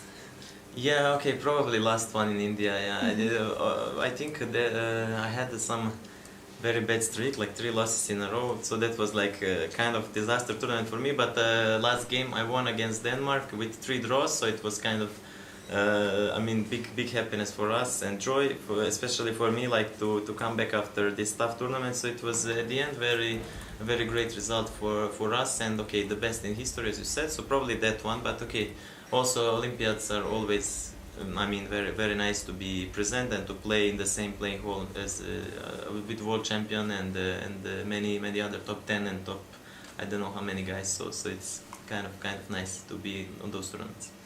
You've been the national champion for the past few years, if I'm not mistaken. 2021. Yeah, 2021, and that's when you qualified for the World Cup, right? Yeah, I played that. Yeah, I think first player from Montenegro that played World Cup, and this year we'll have one more place, so we'll play 8 of us some qualifying tournament. It's going to be very tough, especially now that we have Kadrić in teams. He's our big number one, and also Đukić, okay, 10-time champion, I think, or even more of Montenegro. So Blagojević, many other strong players, Nikčević, grandmaster. So it's gonna be really nice competition. Any upcoming tournaments recently that you were planning to be in? Yeah, okay. This year I played national and I played European, which goes so. But okay, now we'll have a Montenegrin league in May, and then I think I will have some sort of break. But then after, like, I will play some leagues, maybe Serbia, Croatia, and maybe European Club Cup with my team from Montenegro, and hopefully in November, if everything's gonna be fine, we're gonna probably we spoke about that before. We're gonna host this European Championship in Budva. So really looking forward to that one. Yeah, it's gonna be like very nice end of the year. Playing on the home. Yeah, home field. Hopefully some new record for us. We'll see. Yeah, but I guess with our team we have some solid chances for good result. Europeans are quite strong. Probably the strongest tournament, so it's always big challenge for a small country like Montenegro. But I think we'll do our best in homeland. So hopefully it goes nice. Yeah. Currently, I think you've mentioned that you're not living in Montenegro, you're living in Belgrade, right? Yeah, most of the time in Belgrade now. I finished studies there, but yeah, I'm some sort of like traveling Montenegro and Serbia. A lot of tournaments going on. And tournaments, so yeah, still like not sure where I'm gonna continue with my life and which city, but for now it's Belgrade, yeah, we'll see. You also come from a chess family, so maybe can you share how did you start playing chess? Is it nice to have a lot of people in your family who actually know how to play? Yeah, actually started with grandfather, but later, okay, my brother is, also a good player. He's around 2000, so he's over here as an arbiter. He's an yes. arbiter, good arbiter. So yeah, we played quite a lot. Yeah, and probably he's my biggest, chess friend also, because on every tournament he's following me, or in person, or let's say recent years also online. We are communicating a lot. He's giving me advices because he knows me really good, so it's kind of nice to have such support. Also my parents, big support. My father is also in chess a lot, so it's nice, yeah, and it helps me to make a good results and to enjoy playing, yeah, as well. Yeah, Luka, thank you very much for being my guest. Guys, we will see Luka now in the commentary chair. Yeah. If you want to... Yeah, thanks a lot for the interview. Yeah. Thank you very come, much. Luka, yeah. Yep. So, Luka is mitvi. Now we have some issue that some games were stuck, so we don't get the moves. Pity, because I see some difference. For example, take a look of the second board, upper left corner. You see that they now they I think now it's solved because it was stuck. Now it's okay. Okay, so let's discuss some positions. This one, if you want to choose any game particularly, you already have a favorite or? Yeah, no, I mean all of these first games were quite exciting and openings as well. I mean this one probably the sharpest Nimzo Indian. If I know I don't play it so often, but okay, Regaisi popularized it recently, and okay, many other stronger guys. I cannot mention everyone, but he played it every game basically. And this is I think analyzed a lot. So I don't know how far is theory, but yeah, this was like they were both played. prepared. Yeah, this H4 was already H4, played. yeah. This is some kind of, I would say now, the main position to debate. I prefer white in this type of positions, but who knows? Yeah, who knows? Yeah, modern engines I know Yes. give some strange evaluations here, so it's kind of hard position, for Really, both sides. yeah. I think accurate plays is required. Yeah. Now I would say that white should be better here, but we will see. Let's move somewhere else. Here we had this king's attack, and suddenly this knight d5 was something I was quite excited about. Yeah, probably c4 a move before she announced I'm going to jump to d5 if you go d4, because d4 is kind of logical move for black. I mean probably there are other options, but if you keep the tension, like it's very very hard to calculate, because you need to calculate on cd5 e5 e6 always. So it's probably now it's forced. Maybe this knight f8 was not the best move, but okay. We will see. Yeah, d5, e6. Yeah. Okay, this is everything. I think normal. Yes. But yeah, okay. It looks scary. Yeah, this was. Here I thought like instead of knight d5, knight d4 was probably very sharp. Yeah, knight d5 gave some time black to. I understand. To consolidate. So the point is, guys, that rook comes to c1. Now black needs to put something on c6. Bishop c6 or knight. Yeah, probably bishop on c6 and to hope to get some sort of block. But I don't know. This is really weird. Even some. I'm not sure about this move. You take on. Maybe you cannot take on d5. e7 is also coming. So yeah, to be know. honest, it's two pieces. I mean, okay, one is coming back, but the other one I don't see. So probably we need to find some future. Yeah. So it just went this way. Some compensation exists. b4 is crucial, I think. Without that move, probably black is just controlling but even here, just it should be clearly in black's favor. Actually, Olivia she's not afraid of those positions, not just the one she's attacking, but also to get under attack. I like it. Yeah, she's playing with. I mean, playing style is really nice. I mean, she's type of player when it goes well. She's really dangerous. Yeah. Let's move on. Let's check the other games as well. Here I was mentioning that I like black. It should be perfectly fine for black. Some close Catalan. Yeah. So this seems that black rearrange her piece is a bit better, but okay. Of course, still drawing margin is quite. Looks like. This one was hard to evaluate. I like those type position for black, but also it's good for white. Yes. Yeah, here I would take white. I think. Usually I like also, as you said, these dark squares and stuff, but there is nothing to put on e5.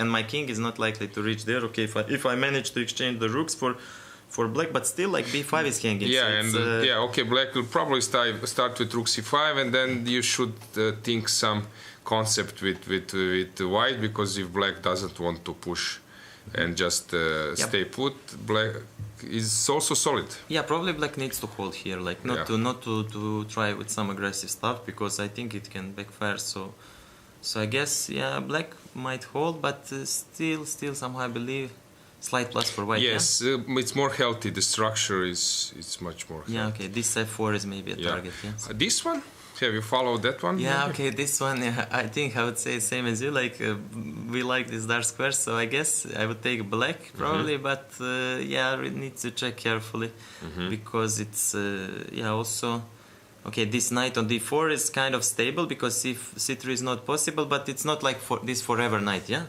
If I can mention, maybe you could give me your opinion how. I would say that she is like the only girl who is playing this like it was played before, this dark square strategy, like King's Indian players, Zenko Kožul was playing, even maybe some other like you said you are doing. I don't see this in other games for other players. They're mainly choosing Nimtsov, Slav, but she's playing this all type of chess. Yeah, taking more risk, I guess. And okay, yeah, it's I don't know. I mean, that's kind of what you like, what you prefer, and how do you study chess from your starting like from ages. So and yeah, I like. I mean, that fighting spirit. Of course, sometimes you need to play if you want to play top chess. Like you need to have also balance some.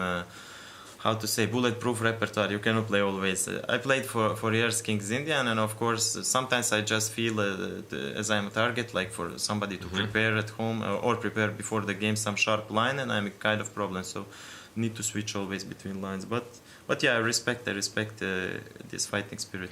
We can also maybe just mention about let's say your way of preparation. Are you these days focused more on openings, or you still do something to improve your understanding in middle game and maybe end games? Yeah, okay, I'm always doing calculation, like, and I still feel like I can improve it a lot because every game, like when I analyze, I see that I miss some stuff which shouldn't be missed, like on some really higher level. So this is kind of thing that I always try to improve. It's not going easy, but I'm trying. And yeah, openings, okay, I have some repertoire, but yeah, I'm quite following these top players, what they are trying.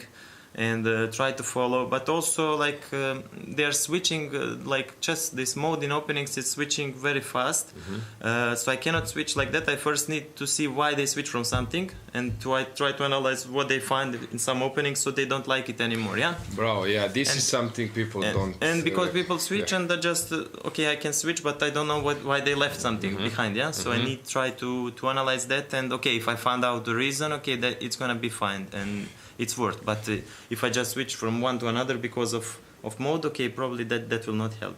Yeah, this was at some stage, this was typical, for example, in d4, knight f6, c4, e6, and on top level you wouldn't see this position with black. Everyone's playing d5 because they consider that they can squeeze with white with some positional press quite easily, and somehow all the time people were doing d5 with this position. Yeah, like 90% of the level. But then you don't know why, because on your level you don't see so much advantage there in those stuff. For example, c5, a5. Yeah, exactly. Yeah, you don't know why it's how is white how to say exactly creating an advantage, creating a plus. Okay, Karsten tried recently, for example, this position and then take on d2 castle and then this idea with queen e7 d5, but of course he can play it because he probably analyzed it for I don't know how many moves and understand it perfectly, which is more important. But I just cannot copy paste it if I really don't understand that. So, but of course it's let's say we who play professional, we need to follow this. Yes, exactly. For example, also people were doing d4, knight f6, c4, e6, and then everyone on knight c3 is playing bishop b4. No one is entering d4. But of course, to be able, let's say 10 years ago, to be able to squeeze in cd, it's also you need to be a lot of experience. So let's move on. Let's see what's going on here. This one is much more complicated, and it seems that white. Okay, if white doesn't checkmate, probably black is going to feel the pawn structure, so but for now it looks like that white has a solid attacking chances, yeah? Probably we'll see some prophylactic or Yes, some defensive moves, but Okay, rook f6 is always, as you said, knight g8. Rook f6 is always something to consider for white. But I don't know, this knight from c3 is somehow not doing anything. Same thing. You are experienced. You are playing also Philidor and some other styles. You know that rerouting this knight. Yeah, rerouting this knight would be best probably to g3 and then f5 or h5. But if it's not, I need a lot of time to do this, so maybe some queen h4. But okay, yes, then I'm after, a target. after knight g8, then queen h4 because there is no knight g6, and then you maneuver. Kind of protecting e4 and maneuvering the knight because like knight d1, knight f2, I guess it's nothing, so probably something like this would be okay. Now this forcing move happened, so she calculated. She is now allowing rook f6, so basically black needs to take, and now we have this type of compensation, but maybe not more. Yeah, probably. Yeah, this should be, I mean, calculated really seriously, but I don't think that. Yeah, probably first to move the. But if I move the knight first instead of rook f6, is it knight e4? Before immediately. Yeah, before. Yeah, I was thinking. Okay, now I have c4 square as that would be nice square for the knight. But e4. Okay, yeah. let's say knight e2. You were saying about this. Yeah. But probably this feels. Okay, if I go... Knight goes maybe to g5 or queen h4, I don't know really. Okay, b4 is hanging some stage when queen comes, but yeah, still very complicated. But just this one you mentioned. Okay. So rook takes, g takes, and let's say, is there any move that just white burns everything? Probably this doesn't work, right? Yeah, okay. Some ridiculous. I was thinking about some ridiculous lines. Calculated looks like it doesn't work right. Too much. I guess this is just. Okay, if I okay, another queen and take on. Yeah, probably this is. King comes to g3, but yeah, you play the rook g8. Rook g8 at some point, yeah. Yes, exactly. Yeah, yes. Probably. Yeah, probably so we were discussing, guys, this which looks, too optimistic. And then rook g8. Yeah, and then some rook g6, I guess, should be enough. Maybe even some queen c8, queen f8 ideas. Yeah. Okay, so that was just a try. Let's just check some games. This one looks slight plus for white, but Ina is always long time. Caro-Kann probably, yeah? Yeah. Caro, typical stuff. I heard one comment from Victor Bologan, who was 2700 close to player. He said, if you want to improve, you should play Caro-Kann.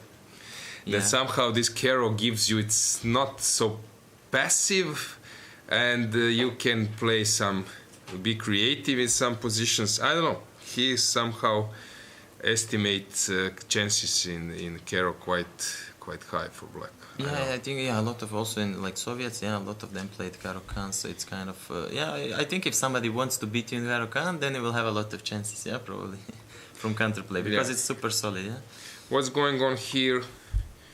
There was some attacking stuff there. Wow, this looks nice, but queen b3 in the end. What is the point? Let's say king f8, or maybe it's the same. Maybe it's not important. Maybe some rook a8 is coming. So the point is after this to have queen b3. Okay, still it's a piece down. I don't believe this is queen b5.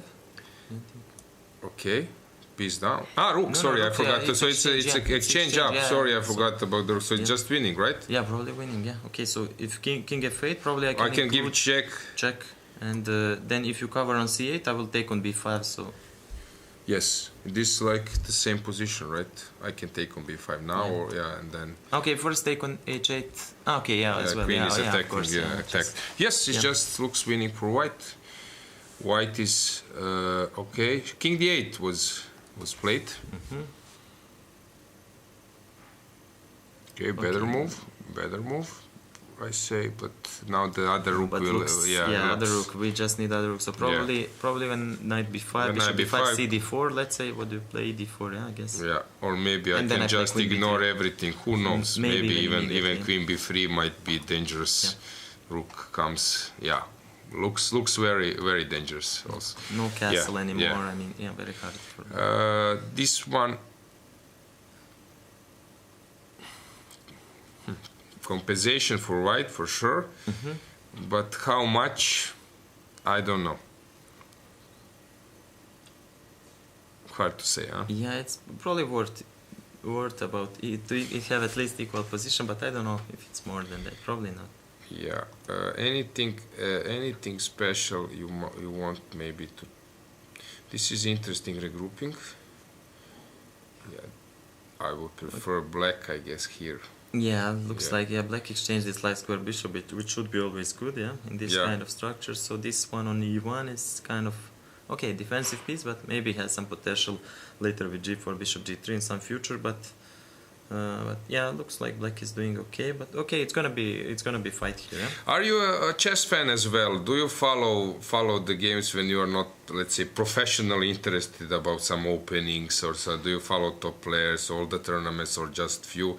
Have you been in some top tournaments? Yeah, I follow a lot. Like this is part of this being a chess professional. I mean, for now, so yeah, I'm following a lot. I also internet stuff a bit less maybe, but classical tournaments, I think. Yeah, just I'm Have not missing it. Have you been to some of the top tournaments? Yeah, I've been involved in. Yeah, I've been in FIDE. Okay, just okay, some sort of assistant for one player. So it was nice to be there and experience such stuff. Yeah, it would be even nicer to play, but it's still like this. I enjoyed a lot. Yeah, and such. I would love to visit more competitions like this. Okay, so greetings to Vaikanze organizers. We expect you to invite Luka to play next year. What's going on here? Black is much better, maybe even winning. Yeah, this looks.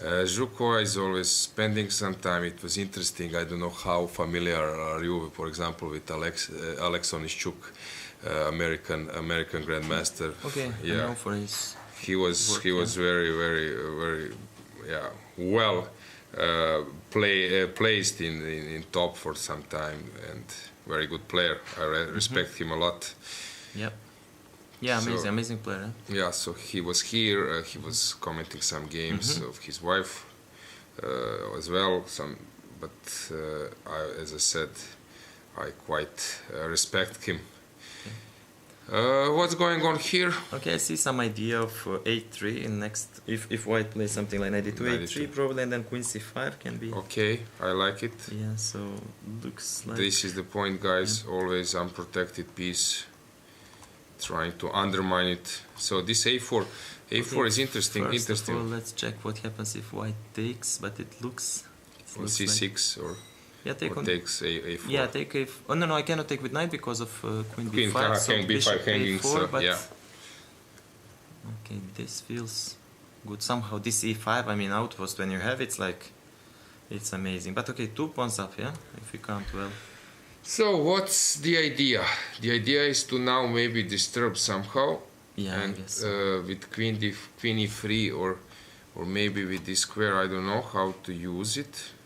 Is there any tactics, or is it bishop c4 some idea to conquer the file? It might be Yeah. some bishop c4, and then when you change queen e3, rook f2 is coming. Maybe this is the concept of black.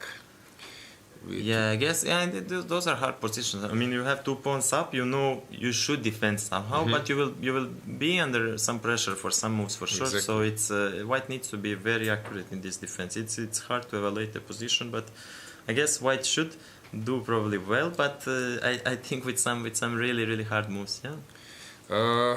Something else here. What's happening? Okay, g5 is hanging, but It looks that black is. black must be okay here. Just seeing which one. Anything special here? Oh, long maneuvering. Okay, yeah, this is typical, like a4, b4 versus a6, b6. Like when you put defense, you want to play after b5, a5, Shut, or after yeah. a5, b5, and just shut down that wing. And probably that not likely something is going to happen there. But yeah, on the other side, okay, black looks solid. So Yes, but white if white wants to do something, he needs his king there, her king there. Yeah, it's not easy yeah, to break with the king I on think h1. some ideas with exchanging dark square bishop should be kind of creating a big advantage for white, if it's possible. Yeah, to exchange it on h4 or some square, and that would be really, I think, significant thing for white to do.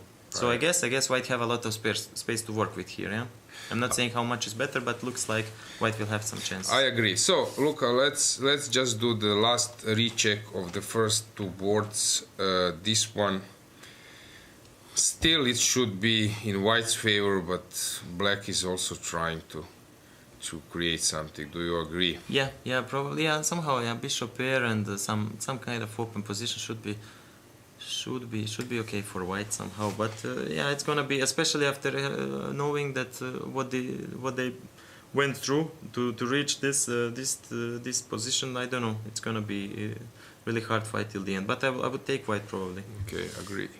And this one, has anything changed there? It looks dangerous for white. Yeah. Yes. Those knights. I mean, when I exchange light square bishop, I can with black I can trade the queens, and that's probably game over.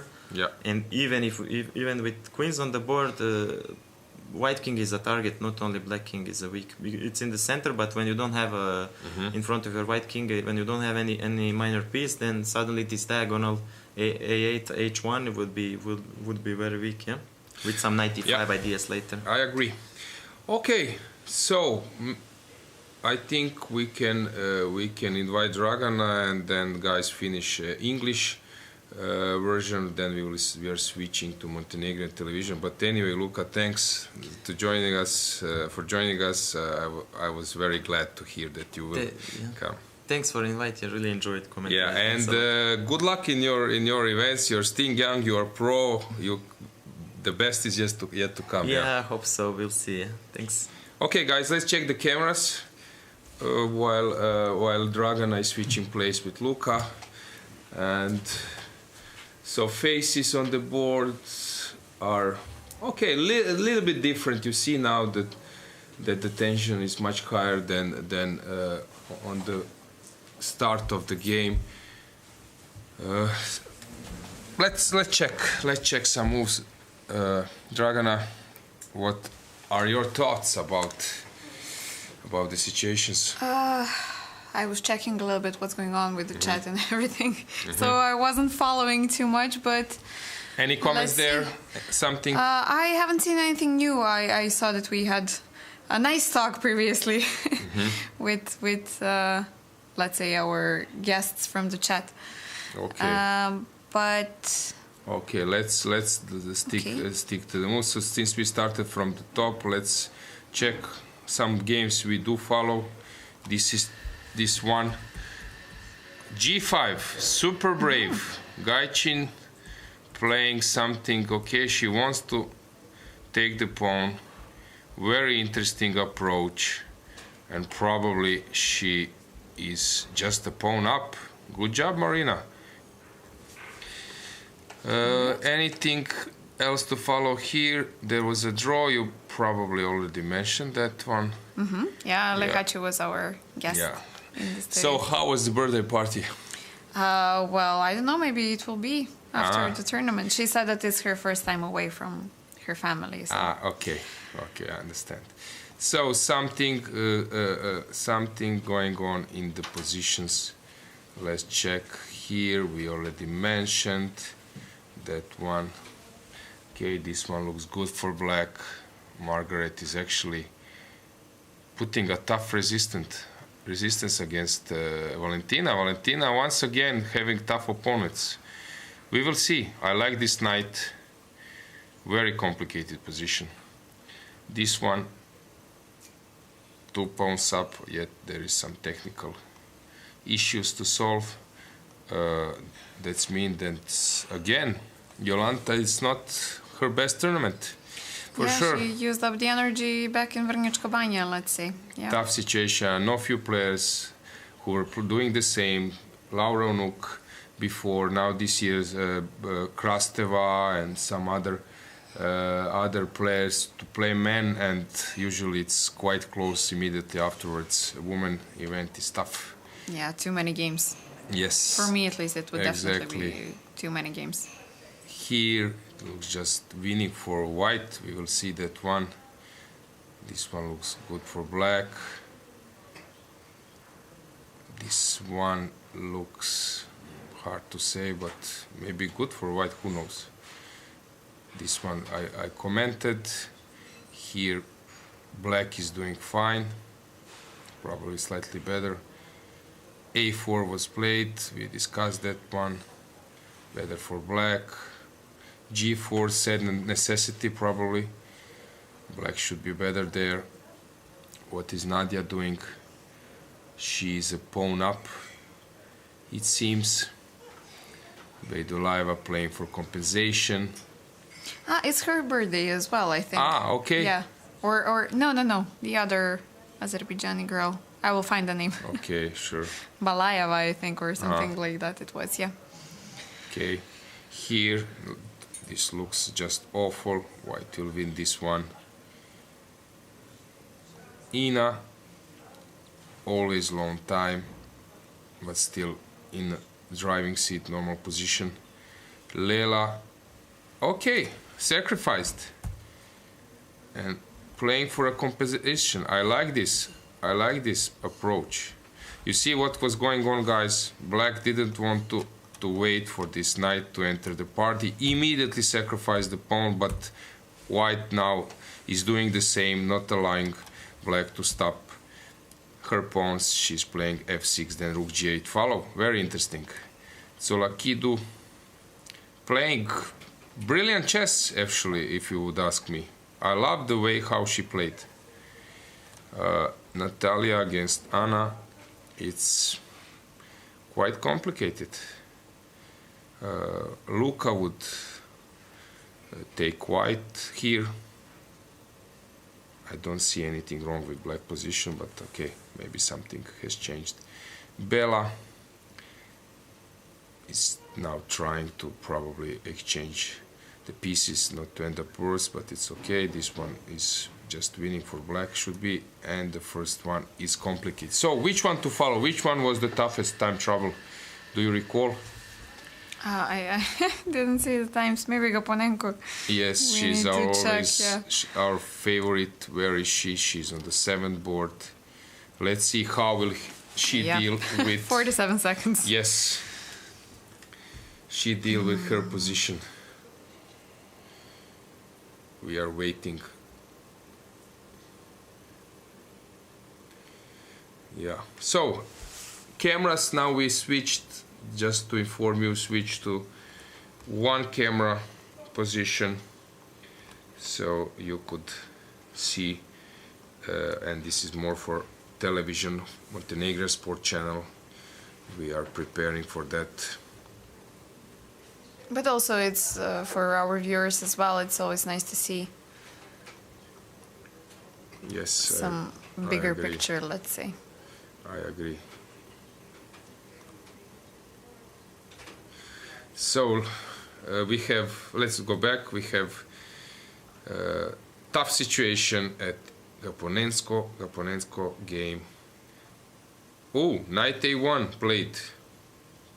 It's always hard to go back with your knights. Yes, exactly. But remember, guys, Francois Fielder, famous compositor, famous chess player in the 18th century, if I'm not mistaken, has said one famous sentence: pawns are soul of chess. So with pawns is the key, how you move pawns, because pieces, they can be rerouted. This knight who looks clumsy there can end up somewhere better, but with pawns, if you define the structure, if you make some holes, then suddenly there is no possibility to repair it.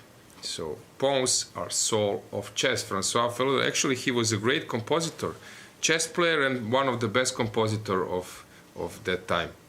So we have successful guys. Actually, they say the genius at that time were measured by mathematics, like Albert Einstein, then music, Mozart, and so on, and chess.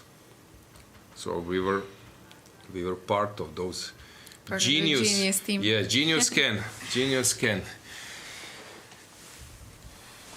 Simon Reshevsky was a great promise of chess as a kid, but okay, these days you have this fake news, TikTok or I don't know, or Facebook tricks when they recently put his picture and photo and saying that he lost all the games as a 8 years old playing Simul, but actually he won all the games. But it sounds more funny.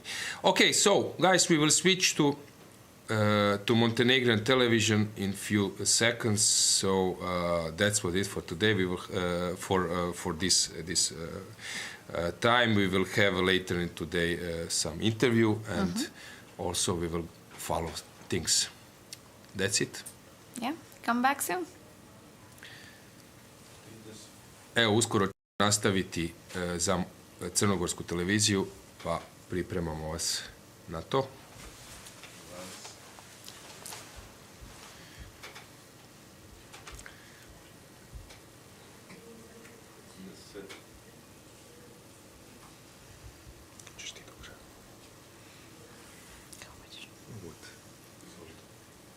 Dobar dan, poštovani gledalci, dobrodošli natrag u 10. kolo Evropskog ženskog prvenstva. Moje ime je Dragana Nikolavska, sa mnom u studiju. Alojzije Janković, standardna ekipa, bliži se kraju turnir, odlučuje se o odličjima, o poretku igračica koja će se kvalificirati na svjetski kup, osjeti se drama, sve više igračice prestaju kalkulirati, znaju da moraju sa pobjedom pokušati ostvariti što bolji plasman, remiji, mogu možda u nekom trenutku osigurati neko dobro stanje u poretku, ali na čelu za one velike stvari igračice moraju preuzimati rizik, moraju pokušati pobijediti i stoga imamo zanimljive partije.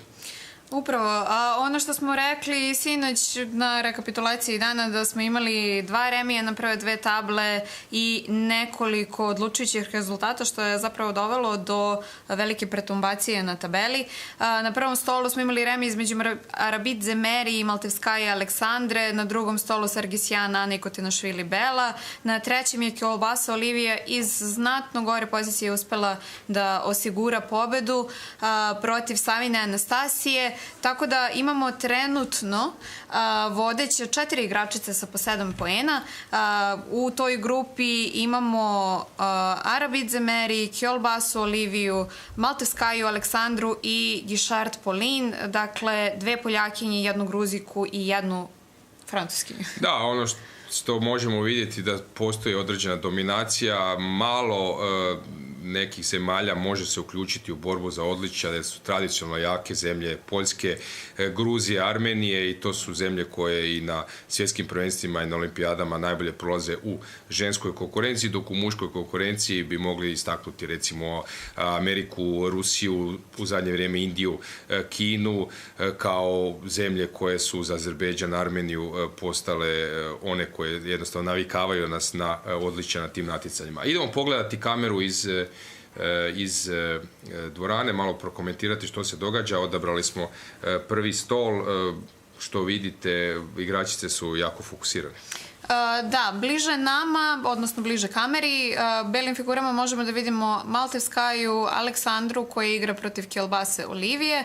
To je zapravo drugi sto, dok na prvom stolu imamo u belim figurama Arabidze Meri iz Gruzije protiv Gišart Polin iz Francuske. Tako je, faza je sada središnjice, situacija na ploči već se u neku ruku malo raščistila, no ima jako puno kombinacija, napada, figura.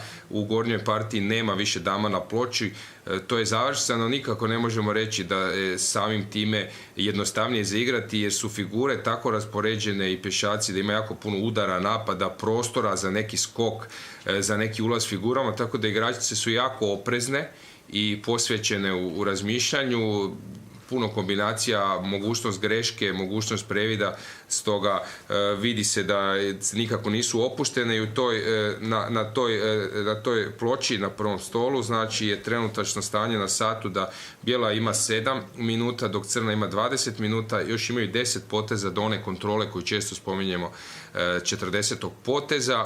To bih rekao da je dovoljno za proći neokrznuto u smislu neke velike greške, no možda nije dovoljno za kreaciju. Na drugoj tabli stanje na satu, bela ima 25 minuta, dok crna ima samo 8. 36. potez, tako da su jako blizu ovog 40. koji je potrebno preći. Ovdje možete vidjeti na kameri malo pobliže situaciju na toj ploči. Bijela dama i top su samo prisutni od figura bijele, dok crna ima damu i 2 skakača. Kraljevi su relativno otvoreni, bijeli kralj sigurniji, crni kralj nesigurniji, no ovo što sam spomenuo da su samo 2 figure bijele na ploči zapravo ukazuje na to da nije lako bijeloj napasti, sa samo damom neće moći matirati ili napraviti neku veću štetu, a crna je postavila svoje skokače i to ćemo sad prokomentirati na ploči. Prije nego napustimo kameru mogu samo reći da bi po nekim šahovskim svačanima, osim ova 2 skakača, bilo koja izmjena crnog topa sa A3 kojeg vidite ovdje zapravo ili dame odmah značilo da bi partija završila. Ono što bijela želi, bijela pokušava nekim napadom zamutiti, no po nekoj objektivnoj procjeni ta partija će završiti u korist crne, što je još jedan važan trenutak. Veliki poen za Oliviju. Da, također nismo spomenuli da je ovo poljski derbi koji možete da vidite, tako da poljski fanovi su svakako presrećni kogod da pobedi, međutim ceo poen za bilo koju igračicu bi je svakako doveo jako blizu do ako ne i osigurao sam vrh. Naravno vidjet ćemo sutra. U ovoj situaciji pobjeda Olivije sa crnim figurama vrijedi dvostruko, jer to znači da će praktično zadnje kolo biti sa bijelim figurama, kada ona može diktirati igru, kada može odlučivati hoće li preuzeti veći rizik, manji rizik, što je jedan veliki plus za nju, tako da je svjesna da pobjedom u ovoj partiji približava se stavljanju ruku na trofej, toga je vrlo oprezna. Idemo pogledati što se događa u poziciji točno, da malo probamo još prokomentirati za pločom, ne samo za kamerom. Trenutačno, kao što sam spomenuo, bijela pokušava napasti sa damom crnog kralja, no problem je što je ovaj top jedina figura koja može biti podrška i ne može se tako lako uključiti zbog kontrole crnog skakača koji kontrolira ovo polje, a ovdje je linija zatvorena, tako da je to nešto na što crna računa. Zadnji potez koji je odigrala crna je potez kralj D8. Svjesna je da na kraljevom krilu u ovom dijelu nema sigurnost, stoga odlazi kraljem na drugu stranu, odlazi kraljem prema svojim figurama. Ovdje je top koji će također u neku trenutku doći u podršku i čim se crna sakrije sa kraljem, nađe neko utočište, bijela će zbog toga što ima materijal manje, znači 2 skakača, praktično pješaci nisu presudni u ovoj situaciji. Bijela će morati stalno izbjegavati izmjene, svaka izmjena topa, da ne govorim dame, će partiju pretvoriti u tehničku fazu kada je igrači na ovoj razini praktično mogu bez nekih razmišljanja privesti partiju kraju. 7 minuta na satu, spomenuli smo dovoljno, ovdje je bijela odigrala ovaj potez koji sam spomenuo, nekako na B liniji pokušati naći neki put za priključiti se, no tu nema nekog spasa. Idemo na zanimljiviju partiju koju ste vidjeli, koju ćete vidjeti još možda jednom prije nego što se odjavimo, a to je taj gornja kamera koja vam nije mogla puno otkriti, no sad imat ćete malo lakši uvid. 2 lovca, bijela, crna ima 2 skakača i lovca, ovdje su također bijeli lovac, znači razlika je, isti je broj figura, lakih figura, topovi su ovdje, no razlika je u kvaliteti tih figura, zato što bijela ima 2 lovca. Zašto su ta 2 lovca takva prednost? Zato što što mogu birati koju napasti, mogu napasti svako polje, svaku figuru, kada se postave jedan pored drugog jako dobro kontroliraju na sve strane, a također bira izmjenu bijela. U svakom trenutku može izmijeniti jednu od figura, što je da je ipak predstavlja jedan veliki luksuz. Što se tiče pješaka, na ploči je trenutačno jednak materijal. Ne bih ja sad rekao da bijela ima nešto opipljivo, da će sad kroz sljedeći neke 2-3 poteza nešto jako profitirati, no dugoročno ima veću stabilnost, ima veći potencijal, otvorena je relativno pozicija, u otvorenoj poziciji lovci su bolji. Evo, to je nešto što se događa na prvom stolu, prva dva stola koje ste vidjeli u kameri, još ćemo se vratiti poslije, a idemo samo proći na brzinu kroz još određene pozicije. Evo u ovoj partiji između dvije gruzijske, ako se ne varam, predstavnice. Jednaki materijal, teško ćete vidjeti u partijama više izuzetak nego pravilo da ćete vidjeti da neka strana ima jako puno više figura, pješaka i nečega. Obično je to na tom nivou jednaki materijal, ali postoji nešto što je razlika, to je kvaliteta figura. Ove figure su ipak aktivnije postavljene. Ako maknemo njih sa ploče, vidjeli bi da je zapravo pješačka struktura ista. 2 na ovoj strani, 4 na ovoj. Ali razlika u postavljanju tih figura aktivnosti stvara pretpostavke za neku kombinaciju, udar kojem bi se mogao osvojiti materijal. I vi već na prvi pogled vidimo da je bijeli taj koji je nekako stješnjen, crni nema još ništa opipljivo, no na prvi dojam ovdje bi se reklo da je bijeli u problemu.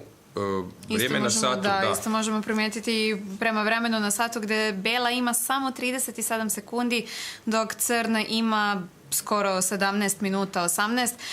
I jako bitno za napomenuti tek 27. potez, što znači da bela mora da odigra 13, odnosno 14 poteza da bi prešla taj 40. i dobila dodatnih pola sata. To je preveliki pritisak, čak i na ovom visokom nivou može značiti problem. Znači svaki problem koji postavi crna pred bijelu, bijela će imati neki 30 sekundi za rješavanje, i to ne onih mirnih 30 sekundi, nego sekundi kad će morati stalno pogledati na sat u strahu da ne prekorači vrijeme, donijeti neku brzu odluku, dok crna može na miru procijeniti u kojem smjeru ići, gdje najveći problem može postaviti bijeloj, i to je taj luksuz do kojeg je došlo zbog toga što je vjerojatno jedna igračica ipak bolje došla pripremljenija, u partije stvorila veću kreaciju, stavila veće probleme pred svoju protivnicu, i to je rezultiralo time da osim bolje pozicije ima i bolje vrijeme na satu. Idemo se vratiti na kameru za neke zadnje trenutke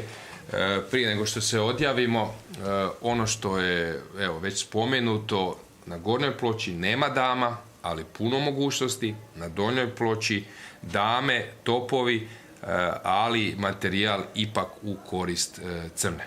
Da, Moldavskaja koja i prema govoru tela deluje kao da zna da je već gotovo, međutim eto pokušava neke posljednje vapaje, zar ne, pokušava da nađe neku posljednju ideju, da iscrpi nešto iz pozicije koje je možda nemoguće, međutim... Tako je, igračice se sve bore, imali ste to vidjeti u priliku i jučer u partiji u kojoj je Sočko Monika bila pod napadom, pokušavala je neku kontra igru, možda neki neočekivani potez, čisto da se protivnici postave neki problemi kako bi možda pod tim problemima napravila neku grešku. Znate, nekad postoji i uzbuđenje pred pobjedu, neki igrači, odnosno igračice se malo slabije nose sa tim, već počinju razmišljati možda i o sljedećoj partiji, sljedećem kolu, upišu prerano bod i onda jedan gubitak koncentracije, lapsus može tu partiju odvesti u poraz. Osobno sam bio puno puta u takvim situacijama i kao što je rekao poznati šahist Samuel Tartakover, greška je na dohvat ruke. Da, svakako smo svi bili puno puta, naravno na višim nivoima to je manje izraženije, međutim nije lako podneti taj pritisak.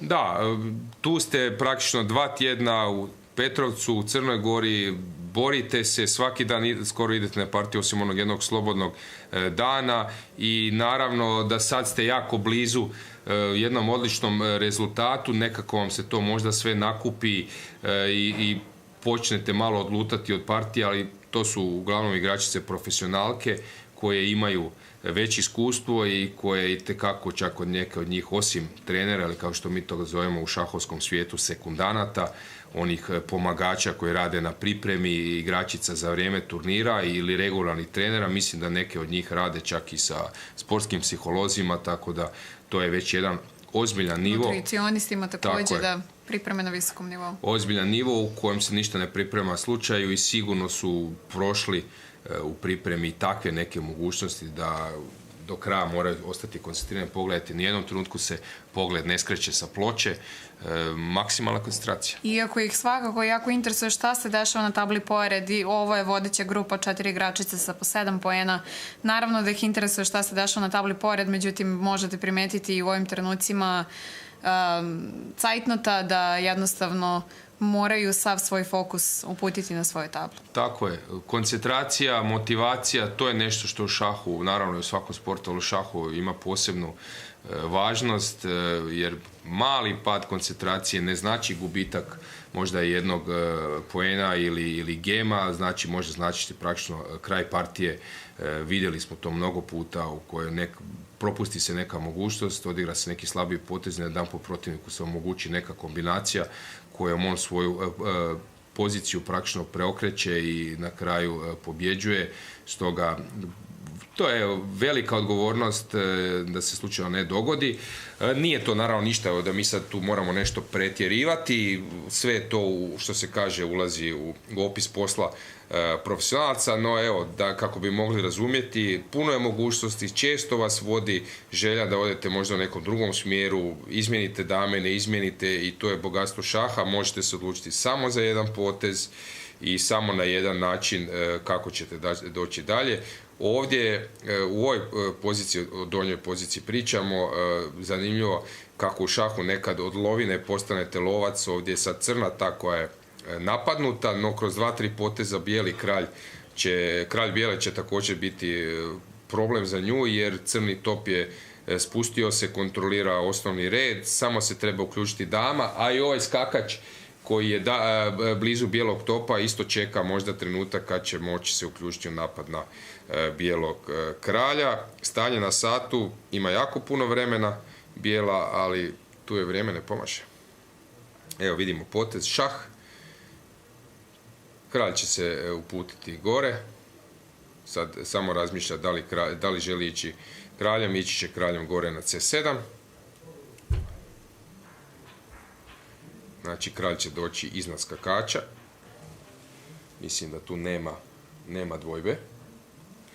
Kralj ide na c7, ajde da pogledamo taj trenutak još. Mislim da je to potez koji praktično će biti ovdje. Ona provjerava, jako je oprezna. Da vidimo. Vjerovatno jeste jedan potez u poziciji, međutim svakako želite da provjerite maksimalno sve mogućnosti pre nego što... Kralj će ići na crno polje, ispred skakača, mislim da tu nema dilema. Evo ga. Da, dovoljno imamo iskustva da možemo procijeniti po poziciji, no kao što sam rekao, neki su malo odlučniji, neki su neodlučniji. Stvar je to i stila, neki vole igrati odmah potez koji je najbolje, neki vole pogledati još dalje kuda taj potez vodi, pa malo još provjeriti. Na gornjoj ploči igračice puno više se nadmudruju, imaju puno više mogućnosti, nisu im baš tako jasne stvari. Ovdje dolje je jasno da je crna ta koja praktično vodi, a bijela se spašava. Mislim da je sad vrijeme da se odjavimo. Zahvaljujem vam se, rekapitulirat ćemo dan kasnije. Drama na pomolu, ali ne još toliko velika. Da, budite sa nama ponovo u 8:15, isto mesto, isti kanal. Vidimo se kasnije. Tako je, vidimo se.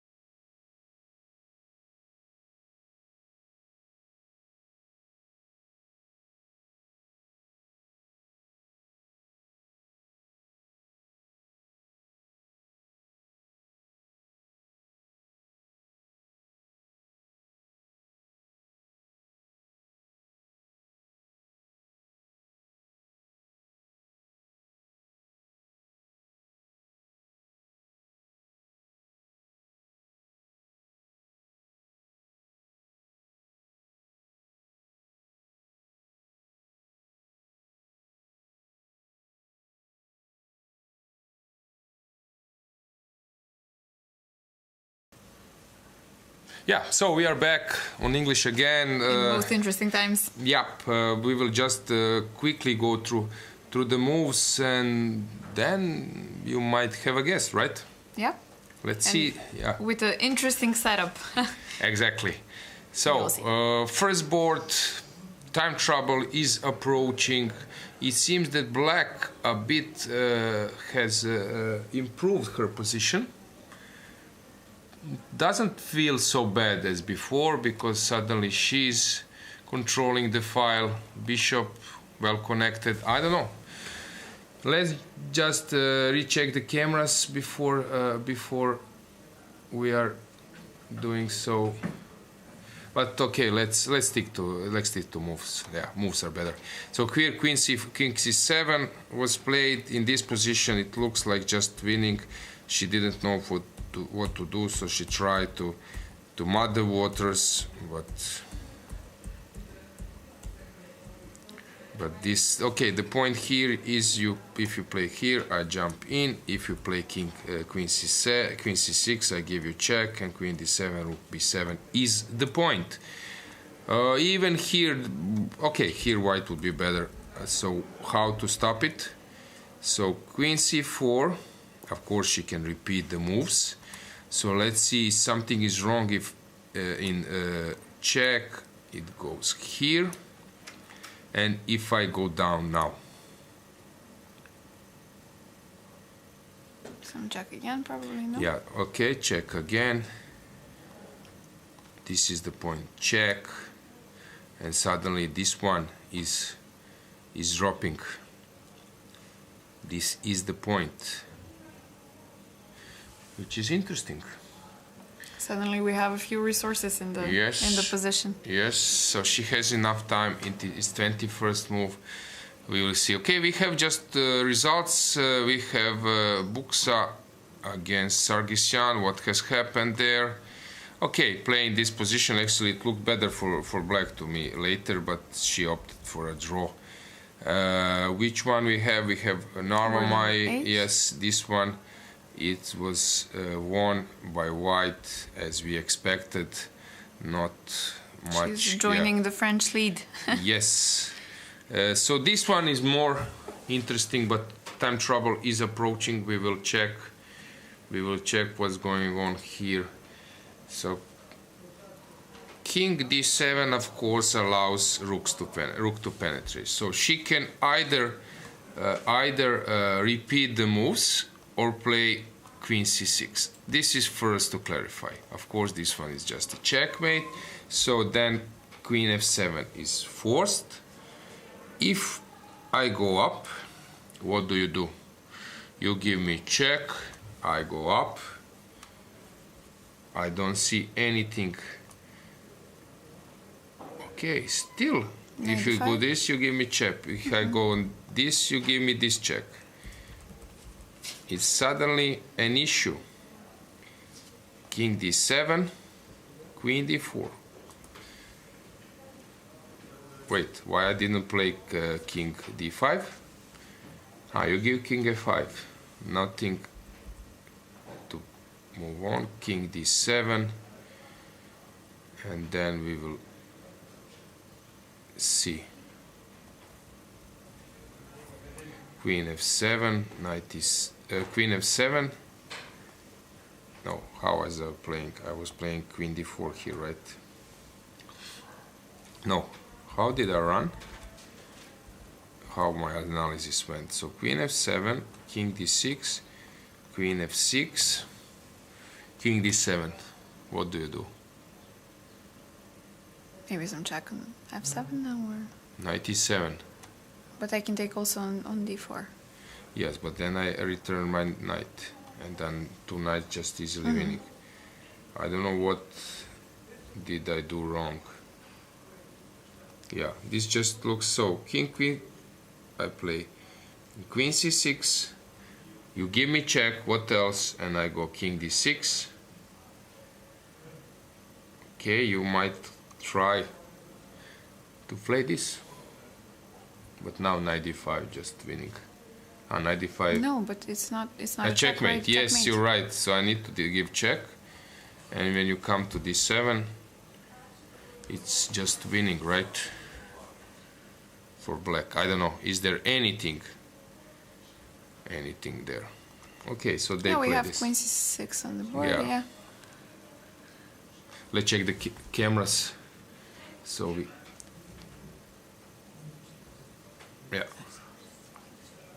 Yeah, so maybe it's best that we prepare your interview, right? Yeah, I think, guys, unfortunately, we have to make a short break, but we'll be back soon with an interesting interview, and then we will see back what happened in the games.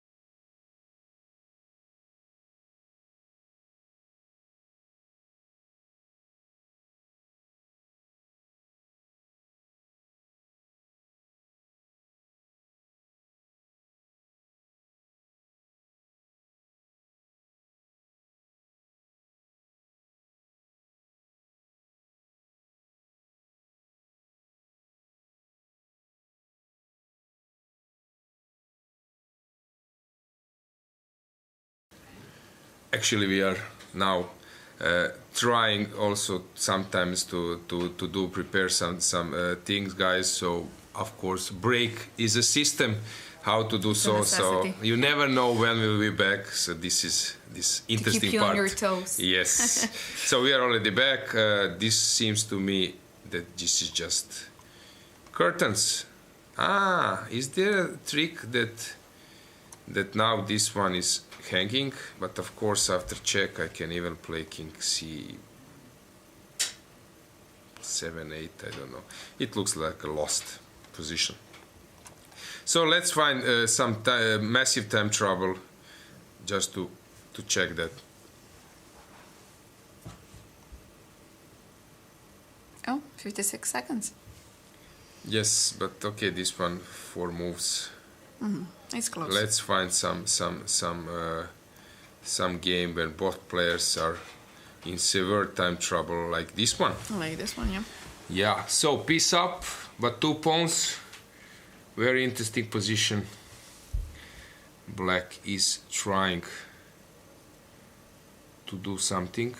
Is there anything there yet? Rook e1. So maybe this was. But she was piece up for a long, and then she played this. So I'm experiencing some problems with back rank. But if you play rook e2, if I play rook e2, you give me check. So this is the point. Yeah, interesting. So 8 more moves.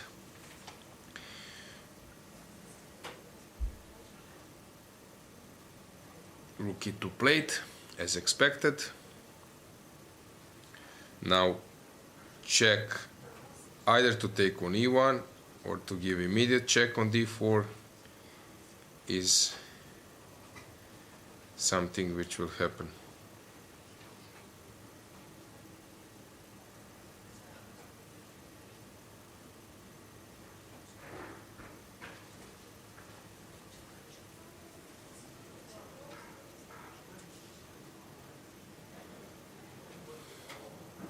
And if you take on e1, you take with With the your queen, or yeah? maybe even with the rook. I don't know yet. Because you're threatening rook e8. Yeah, so maybe it's better for me to unpin, but I don't see if you take on e1, I take with my queen. I don't see where will I pin my knight, where to jump. So Afterwards, yeah. yeah, so that's why I'm not sure that I should move my queen. This is the thing.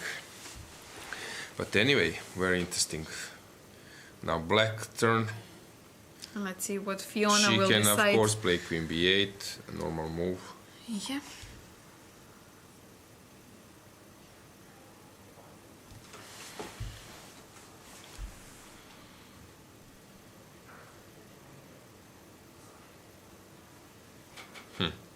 But somehow queen b8 looks a bit passive, no? Or It's I mean, not, it's a because- necessity to yes. protect, but It's okay. Queen can come to b7, a8 at some stage. We will see. So what did she do? She played queen d4 check, probably better version. So either queen f2, queen e3. But now I'm offering you a queen exchange. So after queen e3. but you cannot play this. No, it's just okay. I'm sorry. My mistake. What were you up to? My mistake.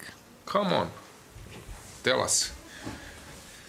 No worry. No, I I was just forgot blundering that it's a- mate in one, I forgot one that in it's this. a check. It's just that. I was blundering mate in one in this broadcast.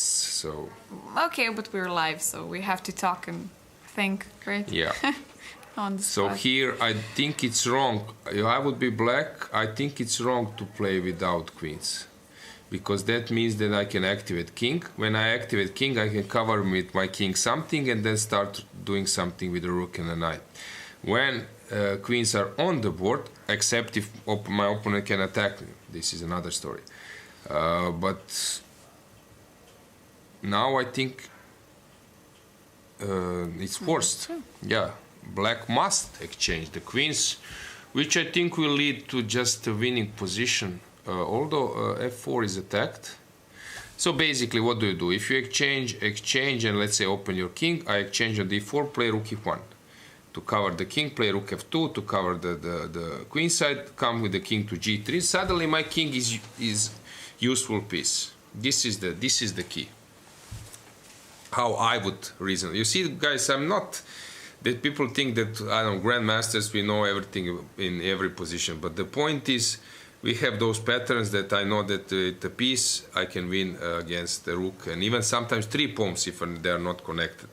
So endgame is fine for me. So suddenly I know that taking this direction helps white. My opinion, maybe I'm wrong, but it's not easy to play chess if you don't have something to rely on. Here, I know that if I end up in an endgame, probably I will win it with white. G5 played. Interesting. Very interesting. Very interesting, but this allows h6. And what after h6? Yeah, we will see. But we will do a recap anyway. Yes, of course. So Stay with us, guys. Soon we will be. yeah, but having let's just check for last just 1-2 minutes. Let's stick to 1-2 minutes, and then we will make an interview, not to move from time trouble, guys. So your interview will start in 3-4 minutes, right? Of course, yeah.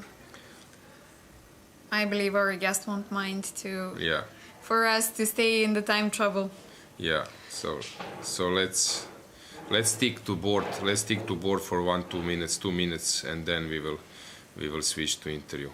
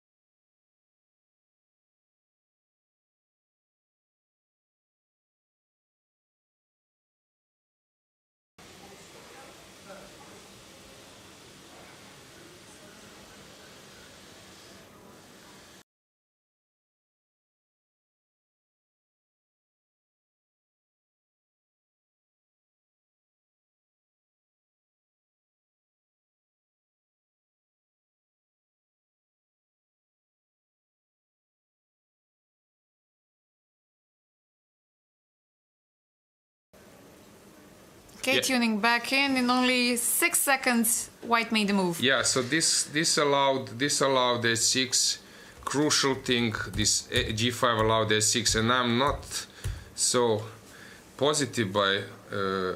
But come on, what has happened here? This f6, and then this was a blunder, right? You need to come here. I take, and then knight g2 only move, right? Seems like it, yeah. Yeah. So last seconds. Okay, 10 seconds on the clock. Yeah.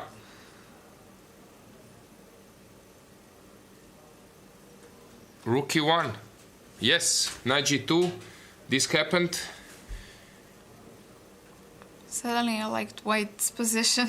Again. Yes. No, but No, but black should be doing a bit better than before. But anyway, king f7 I can play. Now yeah, suddenly that's I might what drop. I wanted to say. I might liked drop. White's position Yeah. a few moves back. So very bit more. very tough situation now. Black will play king f7, I guess. King f7 will be played. Yes, and now the last move from White. In this time, trouble. Yeah. Last move. It seems like suddenly you will easily lose the pawn on h6, no? It seems so. Now, and the thing is, now we have different situation. Now exchanging queens favors black. Black, yeah, now. Which now is like completely turning the tables. Doesn't look so good for you, Yeah. no? Very tough situation. 20 seconds, which move you will do? Rook f1 probably, but then... Some, quiet move, not to make a mistake. Yes, rook Before f1 the or fourth maybe gift. queen e3. Is that a move? Ah, yeah, But threatening then queen d4 e8. comes. You exchange the queens. Yes. And so rook Rook f1. f1 on the board. Yeah, and probably queen d4 is even fine enough for black.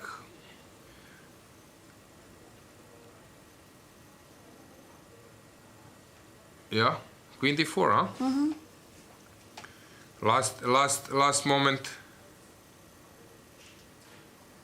Queen d4 coming.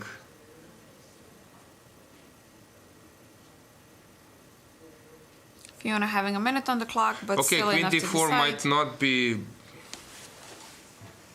fully necessary. Oh, rook d6. Rook d6 coming. Okay, this position is just better for black. Just check what has happened there. Should be better for white, I guess, close to winning. This is still winning for black. Melia, she has won the game. No, Yeah, she finished. finished that one. We have Garifulina sort of lost. Lela winning. Ina is, I don't know, typical position. We have Belduilaeva and better for, okay, white but not clear. That's a draw. Osmak is the one we were following. Mamazada is lost. Efroimski is winning, I guess. Krasteva has lost the game. Unuk against Sochko Monica. Okay, so I think we can make a break and then we will have an interview. Yes, stay with us, guys. We are coming back shortly.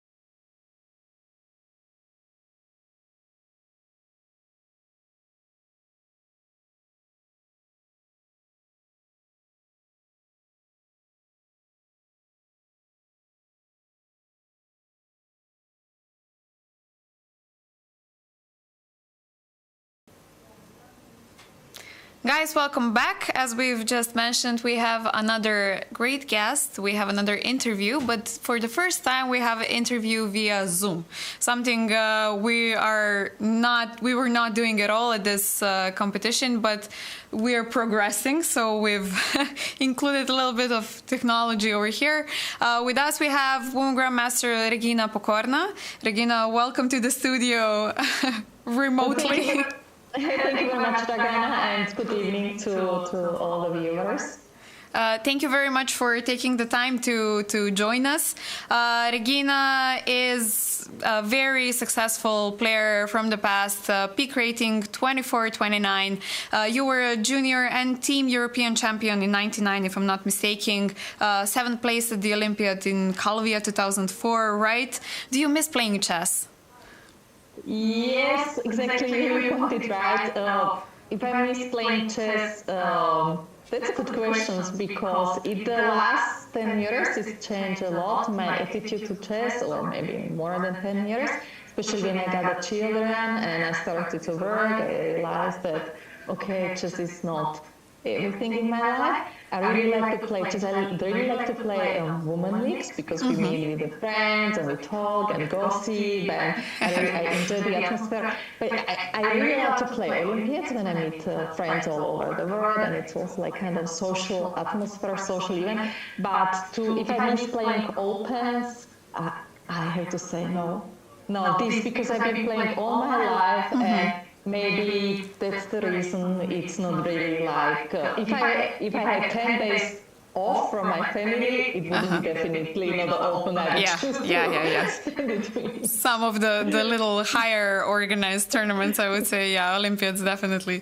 preferable. You were born in Bratislava, but you're currently in Austria, right? Yes, in Vienna. Yes, I live in Vienna. You live in Vienna. Do you manage to go back home to Bratislava from time to time? Yeah, actually, I'm there all the time with the kids because there is nothing better like Mama Hotel, taking care of the kids, and Mama cooks, Mama cleans, Mama wash, and so takes care of the kids, so I'm there all the time. Maybe the kids starting to play chess as well? Vicky, she's 6 years old, and Kilian, he's 2 years old, and I was trying with my father to teach Vicky a little bit of chess, like to explain the rules, but it's more of my father. But it's difficult because she has a lot of energy, a lot of temperament, and she's doing gymnastics and she's crazy about it. And I'm saying she would have perfect memory for it, and also the way she's thinking. But she's not really fond of it. I will try maybe later when she goes to school. I would like her to play chess. She doesn't need to be like a grandmaster, but I would be happy if she could play if she showed some interest, yeah. Okay, well, we definitely hope that something comes in that direction. The main reason why we called Regina, of course, to this meeting, she's a member of the Global Strategy Commission in FIDE, but she's also the chairman of Women in Chess in ECU. So can you tell us a little bit more what's currently going on? I know that you had a lot of stuff organized. You had on 26th, 25th of February, you had a few events. Maybe we can say a little bit more about that in first. Yes, exactly. I have to say I was very surprised when Zurab approached me and asked me if I would like to overtake the women's commissions. And my first question is, okay, Zurab, how much time do I have to dedicate to it? I have like a family, I have some projects, I have job. It's like, oh, don't worry, Regina, not so much time. Well, it's not like this. If you want to do something properly and well, of course. You need to dedicate yourself, at least it's my attitude, but chess is something that even though I'm not playing, I really found myself in these positions, like organizing things and trying to improve the things, and also having experience like a player before. And so I thought, okay, that can be maybe a possibility to do something in Europe. And I'm happy I have done this. I'm happy I had the free hand to choose the team I'm working. We are like six women. I have 5 very nice ladies in the team. So really can you mention their best. No, Maria Lukic is also Exactly. in that commission.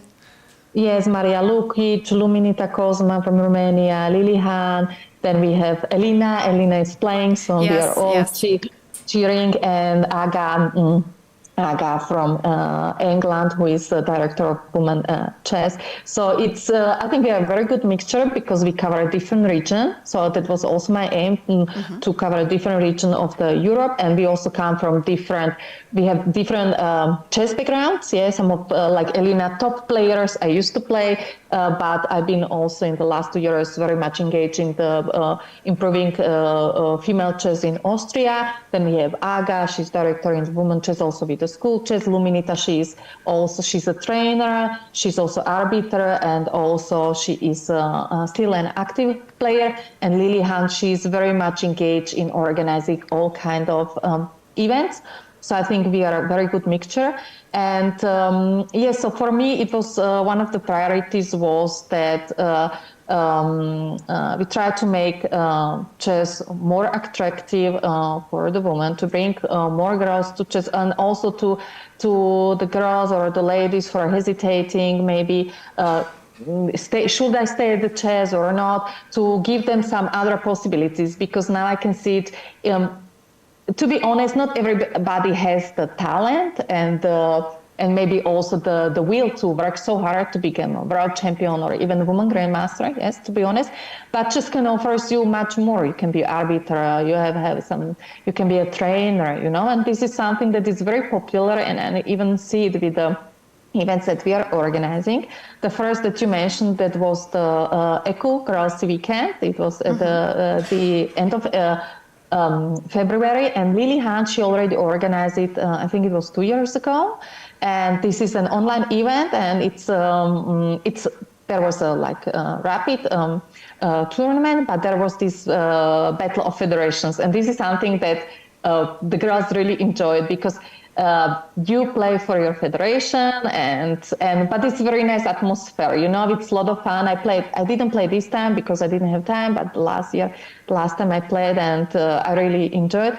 And we organized also a workshop with Jiřina Prokopova. She is one of the best female arbiters in the world, and with Elina Danielian, for the young girls.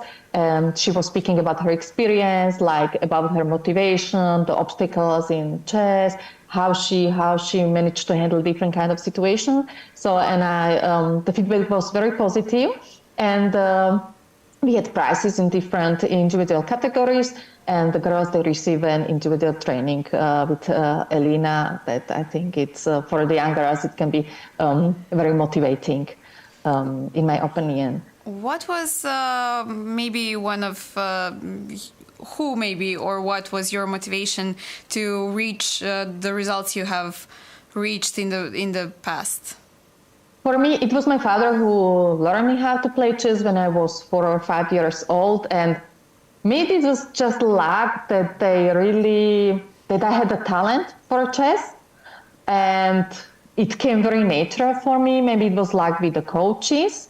And when I started to win the first tournament, I felt very motivated, and nobody had to force me to go for the trainings, you know. I really enjoyed trainings, you know. I did a lot of stuff by myself at home. So, and of course, the inner motivation was to become better and better. When I was young, I was dreaming about becoming a world champion. Then, with the period of time, it changed.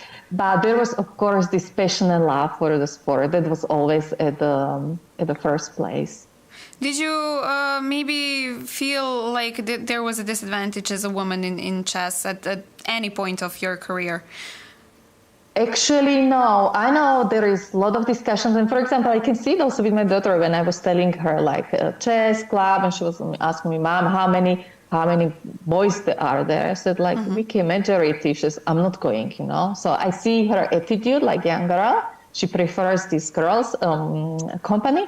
For me, maybe it was because I had my sister. She also played. She was a little bit older, so we were traveling together.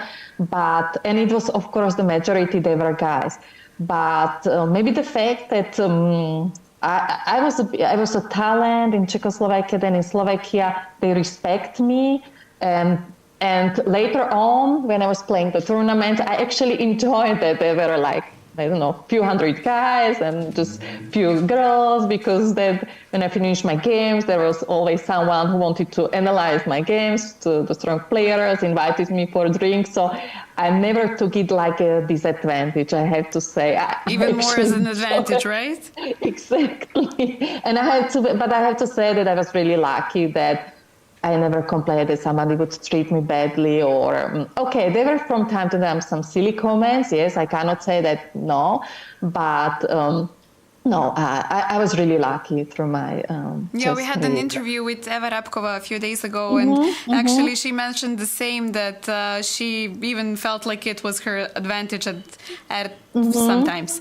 I also wanted to ask you, I've noticed this European Women's Chess Trophy. It's an initiative to, well, let's say, financially help women and girls. Exactly. And this tournament is one of the tournaments which goes in the criteria. Can you maybe give us a little bit more information about this? Yes, exactly. This is one of our initiatives, is also supporting organizer of women close tournaments. And this is, we want to support girls, encourage girls to play in female tournaments like European Women Championship, but also to play in the girls close tournament. Because they also support the organizer in some way, because I see it, they have problems to find the players. So we prepared like kind of a European Grand Prix, we call it chess trophy, and we have different categories. It's according to rating categories, and I'm discussing with every organizer of the closed tournaments if they are willing to be included, and they are all very happy to be part of this initiative, of this project. At the end of year, we will announce, after this European Women Championship, we will announce preliminary list with the standings. The girls, they can see their names, how they are standing. Maybe they will encourage them to play this or another one of these closed tournaments, because the financial prizes are, I would say, not so bad. Yes, it can be for one tournament to cover the cost for one strong tournament. But every help is definitely enjoyable, right? We can get all of the help that comes from around, and it's something to look upon. Maybe if some tournament directors would like to be part of this initiative, can they contact you? Is there some open call of interest or something like that? Yes, we will be very happy if anybody would like to be part of this initiative. We will make exactly call of interest. We post it on our website, on our social media, on the Facebook. And anyway, if I see that there is some close tournament, I approach also proactively the organizers myself and discuss with them, because we need a permission also from their side. Of course. Maybe any new events coming up? Yes, we are in May. We will be organizing FIDE online arbiter seminar for women, and this will be for this one. We will this time prioritize countries with a small number of arbiters. So we want to give them chance to increase the arbiters, female arbiters in the country. I'm quite sure there will be a few places left, so we will make first come first serves. We will post it then online. And I already receiving requests if this or that can participate. Then tomorrow I'm actually having a call with one grandmaster who is also working as a motivation speaker, writing chess and also non-chess books, because I would like to make with him in April some workshop, something on the topic that could be attractive for the ladies. So, and then for June also I had today call with one trainer. We are preparing also train a trainer. It will be some kind of workshop, weekend workshop. So I'll need to put all the material together and to agree with Theodoros. And in summer, I hope to start a cooperation with the Trainers Commission. They should start their project, their academy. And then, yes, we plan maybe 1-2 more, some kind of workshops, some maybe some motivation speakers, maybe with some trainer. And in December, yes, there will be a Women Chess Conference. It will be in London. Last year, I organized it in Prague together with the Chess Federation, Czech Chess Federation. Now we decided to move it to London. So Agashi will be head of this one. And yes, basically that's it, but maybe 1-2 events will come, and maybe we will do again the Battle of Federations, because that sounds this is interesting, something yeah. exactly that the girls enjoyed, and we would like to do also exchange forum to meet again with the federations like we did in November, where we introduce our commission and introduce our project initiatives. We would like to do this the same and ask for the feedback and for suggestions, and when we will be preparing the budget and plans for the next year. Sounds like you have a very busy schedule ahead, and good luck with all of the events. Everything sounds very interesting. I personally love this initiative of simply introducing women to more opportunities in chess. I think it was definitely needed. So thank you for your work. And of course, thank you for your time today, that you managed to come and to visit our tournament, let's say remotely. I know that you're following as well. And yes, of course, I'm following, yes, because I have plenty of friends there. And if you am not playing, this is like one of the most prestigious chess events, female chess events, maybe the strongest female tournament, yes. Worldwide. So from my side, thank you very much for having the opportunity to speak about this female initiatives project, our plans, also together with my team, and good luck to all the participants. And I'm quite excited to see the last years. Who managed to win in the end, right? Yes, exactly. We're eager to see it too. Thank you very much once again. It was my pleasure. I'm sure that the viewers enjoyed it as well. Guys, stay tuned. We will be back shortly, continuing with the commentary.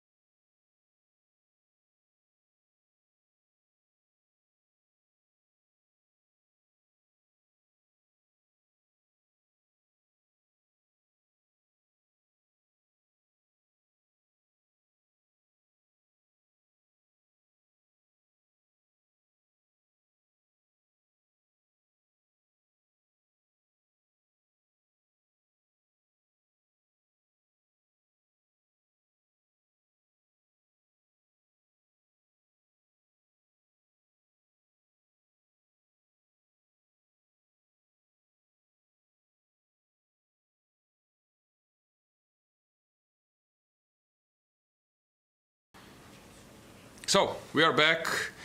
Let's see what's going on, or what has been going on. We were here in this position somewhere around. I was expecting that black should be fine here. There was a move repetition, but suddenly it seemed that white pawns are quite dangerous. So what's going on here? It looks now lost. So at this point, around after rook f1, maybe this was a turning point. So knight d2 is the idea, but knight d2 I go rook c1. Maybe it was a moment to exchange the rooks. It might be an idea. I would have tried this way, because since after this position f7 is coming, okay, f7 at the moment there is no, okay, threatening f7, move the knight. Looks to me that just white is winning with two bishops. Second board, Olivia, she has won the game. Beautiful achievement. It was for me unclear with the sacrifice, but the way how things were developing, yeah, knight d4 probably was a better move. So here, just moving around, and when checks are over, it's a checkmate. Nice win by Olivia. What's going on there? This one we comment a bit that black is having a nice position. Tough game for Bella. Actually, Melia Salom is creating two masterpieces with black. Nice wins yesterday and today, if I'm not mistaken, both with black pieces. This one was a draw. We mentioned that Solakidu is playing, but it seems that she's winning there. Lela just winning easily, no point to analyze that. Ina is probably getting to time trouble again. I would say that white, hard to say, maybe white is not worse, who knows. Probably she is. This one we already mentioned. Veidulaeva is just winning, so suddenly this compensation evaporated.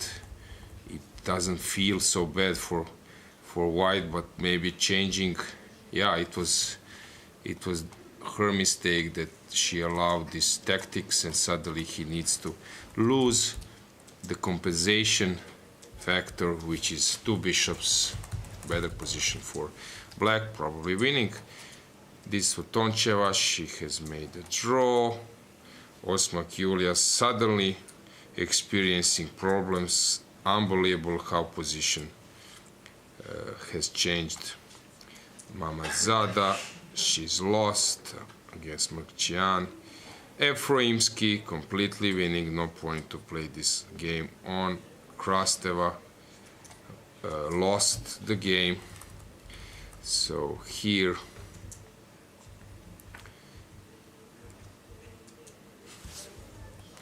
it doesn't feel so complicated, but maybe this is the start of a wrong plan. I don't know. We will check. Laura Unok is enjoying better position. This one should be a stable advantage against Sochko Monica. Interesting moment. Dinara Wagner looks better now. This f3 is coming. How will white survive this? Mrkčian Lilith, she was just better all the time, so outplaying her opponent. This one was looking good for white. What has happened there? I remember it was just sort of winning position. How on earth black managed to save this one? With activity. And suddenly nothing is around. This one black, better for black. I think it was before, but hard to say. Zawadzka, tough loss for her. Gunina fighting. pawn up, but big asset is this d pawn. I'm curious what has happened, because here I was thinking that black is fine. Oh, strange move. Bishop takes knight. Why? Ah, she took this pawn trying to play materialistic. Erich is worse, I guess. Mamedyarova against Milesov looks lost. Mamadova against Gaichin, this g5 was very interesting, and it looks fine for black. What has happened there? Too active play, I don't know. Suddenly she was under attack, or who knows. Yeah, strange. Brunello is better or winning. Urzala will get checkmated, if I'm not mistaken. Let's see the checkmate. Knight g2, king goes to... Yeah, no need to checkmate opponent when you can promote the queen. Schulze completely winning. Stefanova has won the game. Frovis against Velikic. This is preparation by her coach, who is doing a good job. David Shengelia, although doesn't feel so bad for black, I guess, but quickly deteriorated. Radeva, she has made a draw. This one is, I guess, winning for white. That would be it, guys. Let's check the cameras. What do we have? Danielian. What is she doing? Yes, this one I mentioned already. So Gaponenko is playing against Danielian. This will be interesting game to follow. Then we have those matches on the third and second board. Kotenashvili against Melia, and five and fifth and sixth. Garifulina against Solakidu and Yevakishvili against Savina. This is bottom left, but this looks like just winning for black. First board will be interesting to see. Arabidze, will she win that one? And Danielian. These are the games to follow.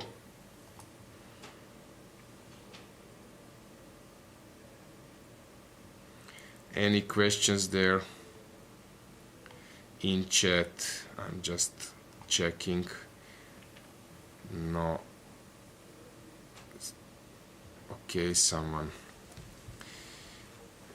wrote that he remembers Regina from Bocchess, a sum of list of most beautiful people in sports. Yes, Regina Pokorna, now very involved in developing chess, also in Slovakia, Austria, and Europe.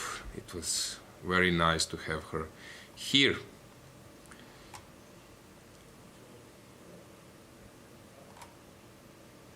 Yes, someone is mentioning that Olivia was 9 out of 9. Yes, we remind you a lot of times during the broadcast.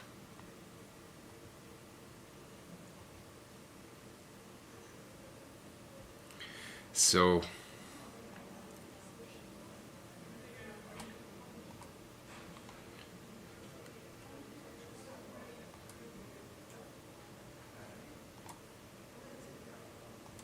what's going on the boards? Let's check the positions. This one,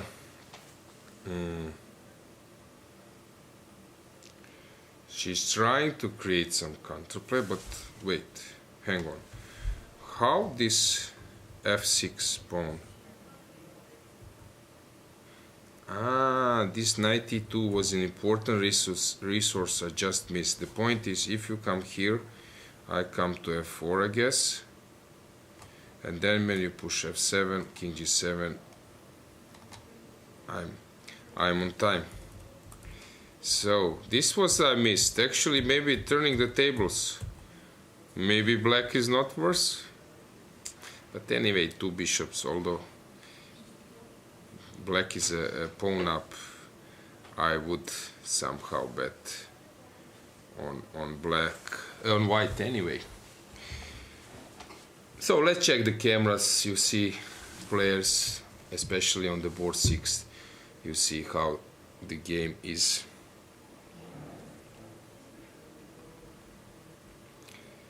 The game are ending actually quite close.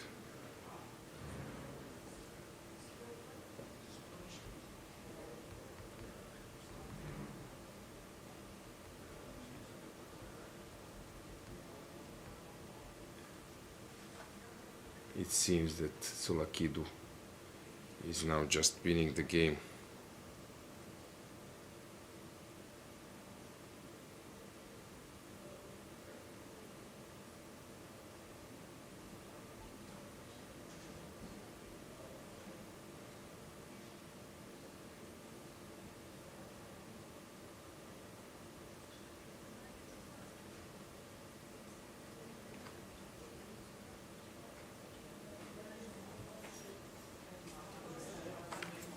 Yes, that's it. Solakidu has won the game. Hopefully we will get her here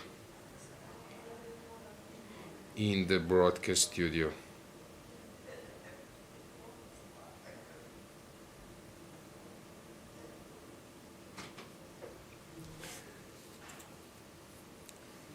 The board next to them, Yavakishvili against Savina, is about to end soon. 2 pawns up, completely winning position.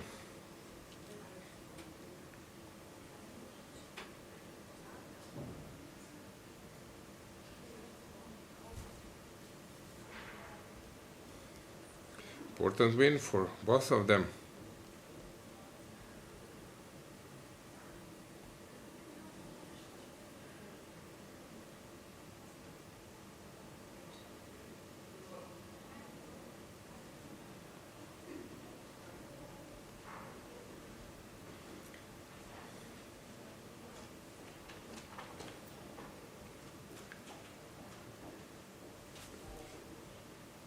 Gaponenko, Danielyan, right bottom corner, much complicated battle. It looks that black is now on top there, or at least trying to get an attack. Complicated position, but before we come to that game, Gaponenko against Danielyan, and the ones are still on, which is the game Yavakishvili against Savina, and the first board, of course, Arabidze against Gishar. We have a guest.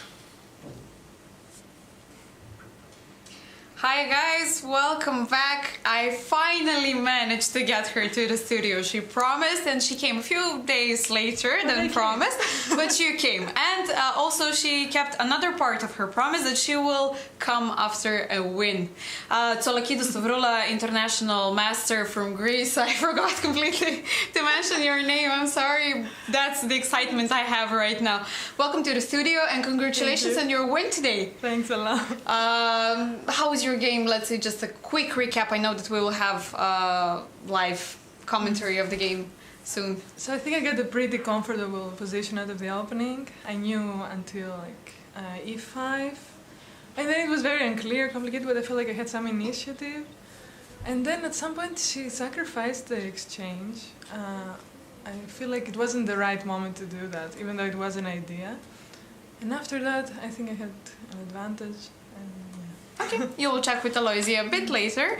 But before that, I just want to mention Stavrula is 3 times world champion, a few European medals as well. She already has a GM norm, standard part of the national team in Greece since 2014-13.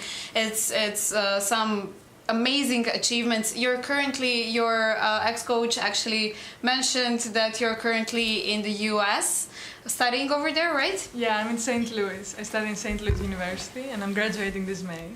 Oh, that's great to hear. So yeah, I just came from the US for this tournament. That's awesome. Okay, congratulations on your graduation when it will be. But I also have to say, Papa Ioanu mentioned your bright personality, and I can confirm that because I know Stavrula from many years ago. I had the chance to be introduced to her by our mutual friend Nelly Serafidou.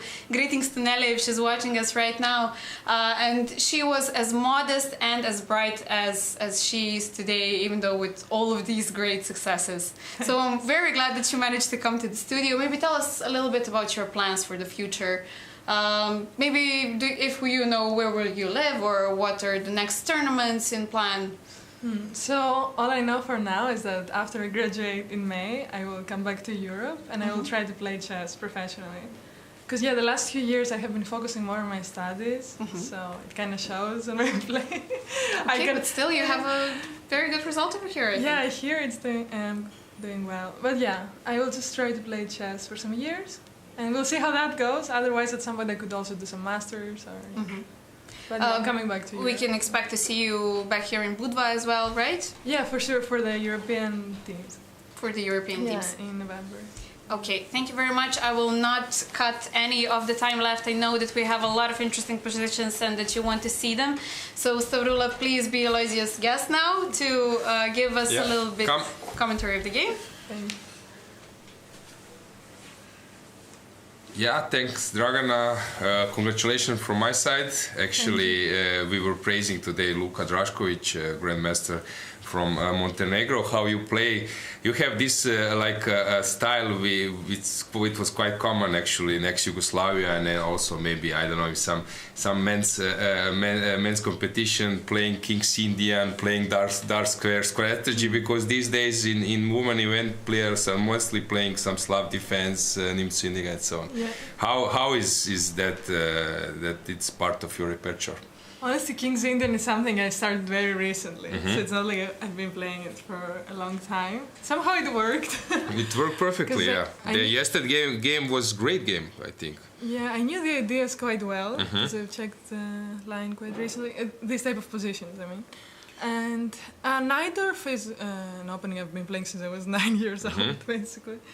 So it's like yesterday I was very impressed because I said in studio I know those positions quite well. Computer gives you a plus, but in practical play at some point you're stuck. So I was glad to see this. But let's go to this game. So Najdorf, knight c3, a6, h3. We cannot call anything these days against Najdorf sideline because I guess you are prepared. Whom do you work now? Who is your coach at the moment? Now another Greek coach, Kapanisis.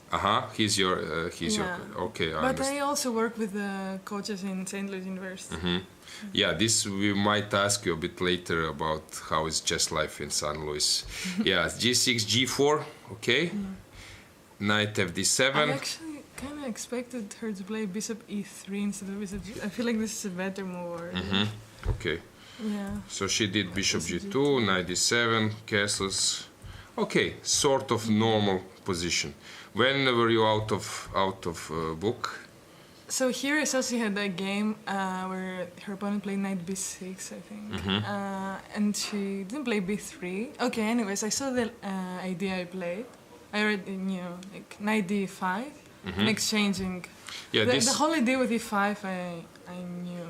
This is I know this also from my work with Korzul, that we were discussing this concept. It's some rouser, classic system, but same style. Then you go knight e5, and then immediately knight d7, knight e5, take on d4, and jump to c6. Yeah. Were you optimistic at this point, or it was still for you unclear even? I thought my position is comfortable, but of course there's a lot of work to be done. Yeah, okay. So this I'm curious. Was this a natural move for you, this e5, or you were hesitating a bit?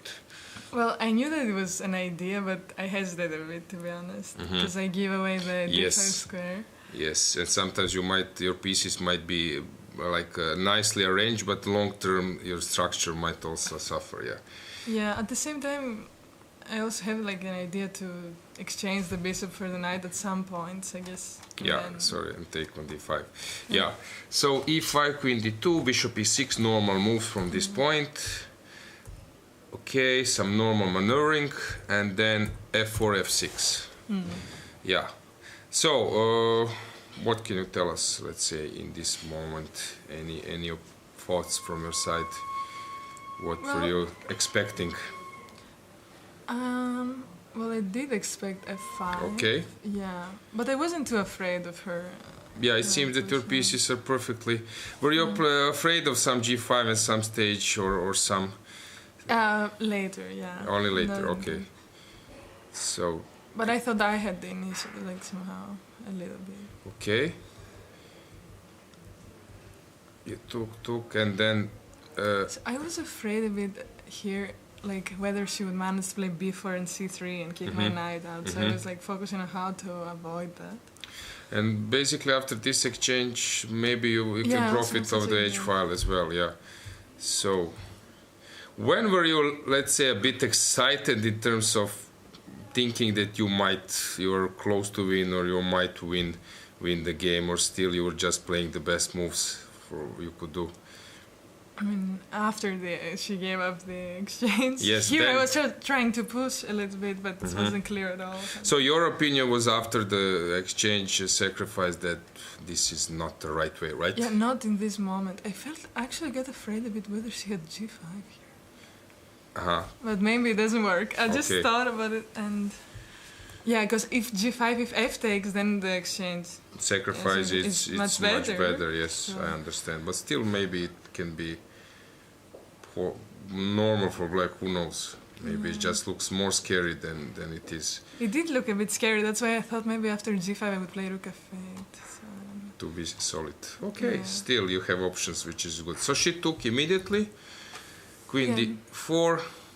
And after rook c5, rook e5, I was quite solid, even though maybe it's it wasn't okay. the best No, option. I don't think we are not using engine, guys. I'm just getting now some info after the game is over. But actually, from human perspective, I would do the same. Yeah, because I try to be a bit solid. Yeah.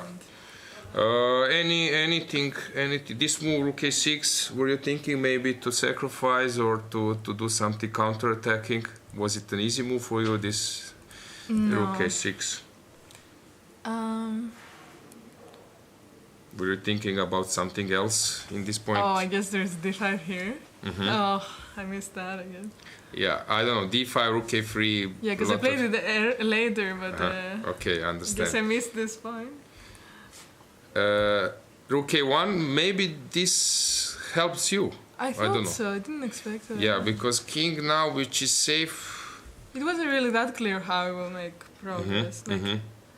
So what would be your plan, let's say, if she just waits somehow, that it's your move? Did you have any concept maybe where to risk, try, push? I was trying to exchange queens, actually. Like queen b6 maybe, and then if she moves her queen to c3, queen a7 somehow. Try to play rook a3, something like that. So this, if of course if white accepts the queen's exchange, then you will bring your king, then you release the rook, and we'll play many moves, and I'll try to push. Yeah, something like that. But it wasn't clear, and then I'm not sure why she chose to. Okay. And then d5. d5 at the right moment. Every Sicilian player feels pleasure, to execute that move, right? Okay. Yeah. And here. Okay. It should be just winning, but of course, now it's much simple to play, right? Yeah, definitely. Dark squares are under your control. Because now my rook is even strong. Before he was kind of stuck on a5. And here I think she was planning to play queen c3, and I was hoping, because after queen c3, rook e1. Actually, queen c3, you play rook e3. Rook e3. Doesn't this rook, she wants to cover, but anyway, even that you will collect many pawns, I guess. I don't know, it should be lost, or what you were saying. Rook e3. Yeah, rook e3, because I don't want her to be able to play queen g3 after a check. Okay, to kick this maybe wins by force. Yeah, I thought so. And I saw that she was about to play it, and then Yeah, you're right. You're completely right. Here and then just kick queen d6 and that's it. Yeah, you're right. I guess you want to play that because otherwise her pawns are hanging. I was really hoping. So you were excited about it, yes, because you want the game to stop. But I thought king e2 was the best. I also was wondering whether I could play rook e1. Rook. But I don't know. I was trying to calculate, to find something forcing, but...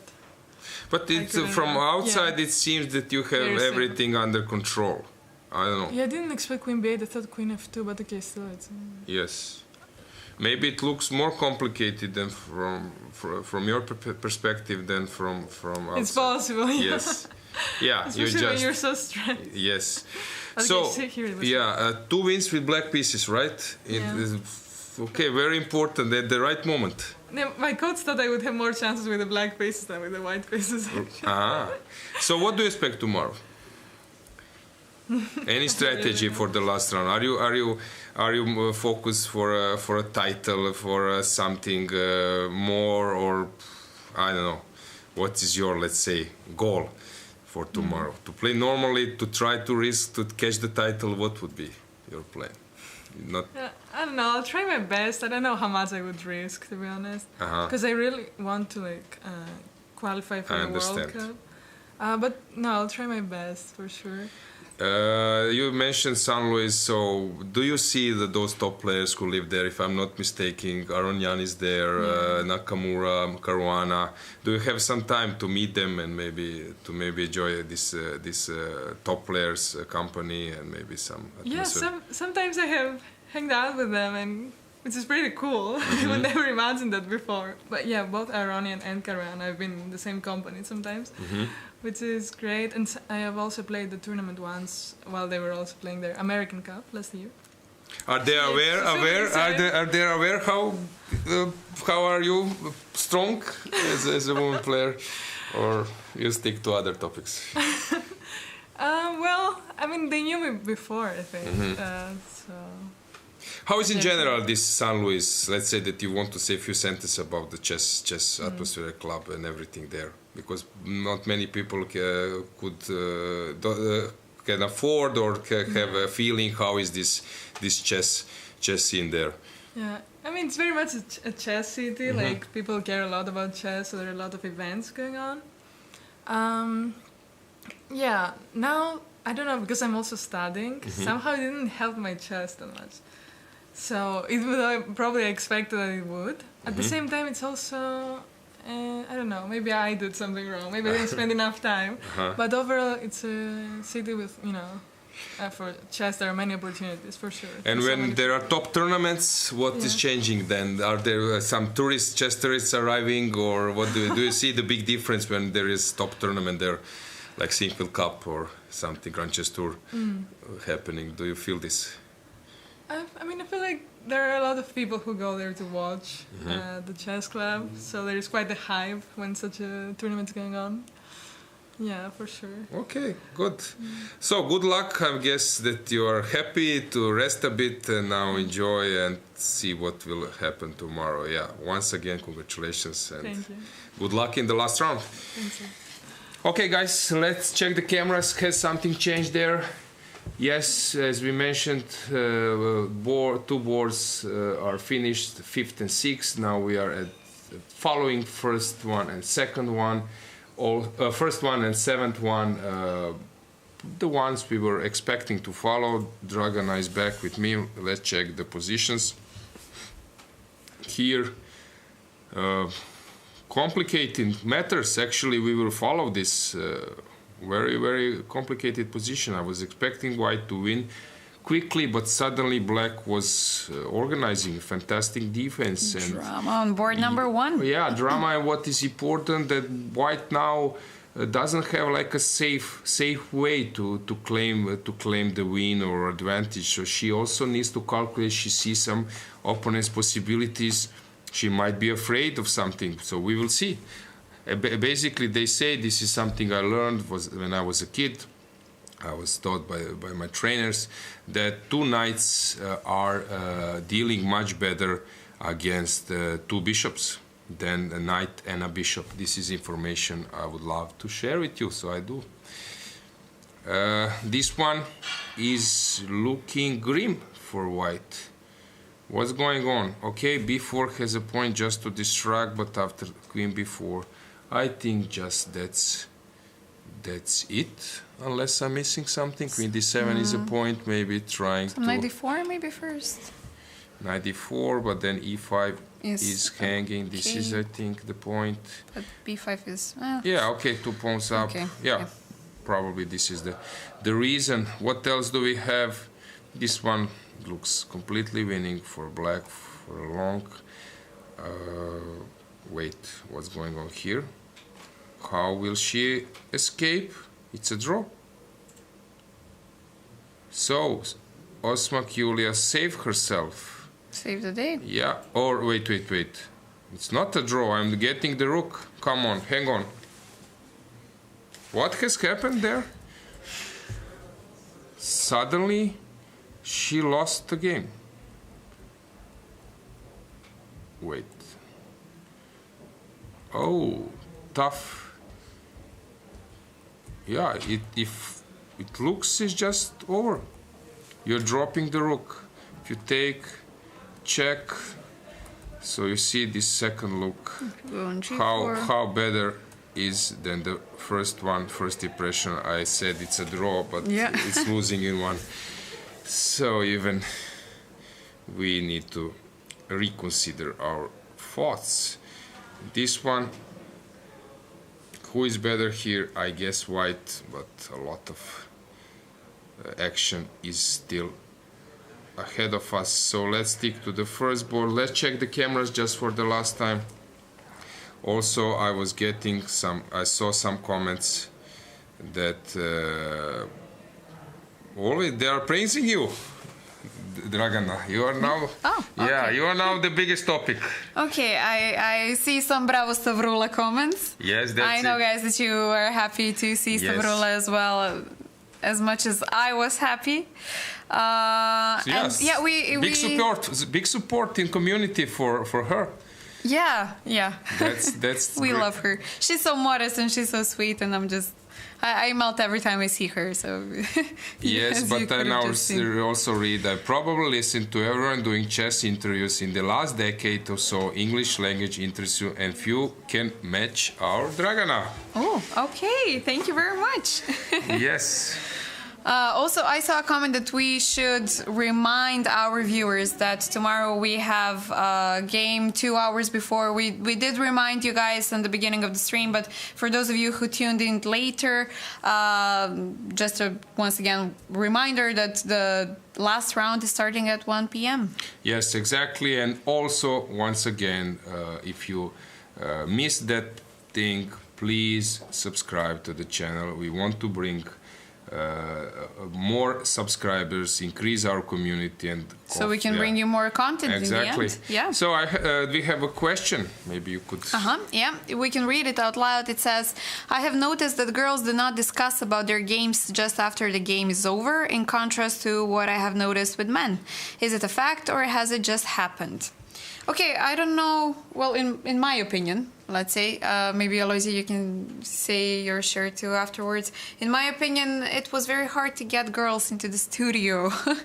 Over here, I know that some of them even wanted to say a few words now and then, but they would miss the TV studio or somehow, I don't know. But it's very tough to get them over here when they are satisfied with the games, and usually they want to be satisfied and to have a win before they come to the studio. So, it's just it might be a little bit tricky. Yeah, I think they're very modest. They sometimes think that maybe some games or their comments might be under limelight. But basically, guys, I was missing mate in one, so don't be afraid. It's not problem. Actually, you Dragana, you're not like a top woman player, but. Yep. Yes, so by yourself, but you are here ready to enjoy, to play something, to blunder suggest. life. Come on. So that's a normal life, and also maybe, I don't know, men tend to I don't know, to do a little bit more, maybe lectures online and stuff. So they are used to videos, courses. They are used to maybe to share some insights of the games more. While basically, what I would love to see during this event, that we I don't know, raise some role models, that we learn something more about the players. I'm quite happy to get some info. For example, from Stavrula, that was the case now about her study in US and St. Louis chess community. So that's nice to hear not just moves, but also... Yeah, but also what you've mentioned, that I've talked with a few girls and they wouldn't come to the studio because they were afraid that they would say something stupid, which of course is... never the case with exactly with great players. Exactly, guys. So everyone is welcome tomorrow. We are ready to host you. Yes. But in the meantime, let's check the moves. What do we have on the board? So first board, it's a bit stuck. With the transmission. Stuck. So rooks. I see the C2 on the camera. C2, rook C1 was played. So where the king went to G4, if I'm not mistaken, C2 was played. And F7, or no? I think F7 as well. Yeah, the king is on, so it's something like this. F7, here we have this type of position, right? But this looks strange to me, because now it seems that she is losing. Or what's going on? Now if you cannot hide your king. This is the main, and H5 is coming. If you do like this, I just play H5, and your king need to show up somewhere, and then rook comes and check and promotion. So this is the key here. So on C2, what else you can do? I don't see. But I don't think the rook is on E5. Maybe H5 was played. Yes, rook is on H5. So here we have some position how to play this way. So maybe we have this like position. This, okay. yeah. Now she can play rook H2. Right? Bishop is on A4. So she second pawn. Hang on. I don't know, but we clearly miss the transmission. Please give us transmission. Hopefully we will get it. Board number 1, round Yes, 10. come on. So unfortunate in the time trouble. Yeah, come on. I don't know what's going on, but somehow today was not the day for live transmission, and without live transmission we can only sit and cry. And we have so many decisive results today. Yes, it's such a surprise. No, but in general, everyone was praising. Really, everyone was praising that this is the best tournament ever. In terms of decisive games, not draws. Okay, maybe only forced ones. Yeah, maybe the thing is that so many players are already qualified, so they just play. They don't care to secure the spot. But anyway, I appreciate this. This is something we would love to see in men's competition as well.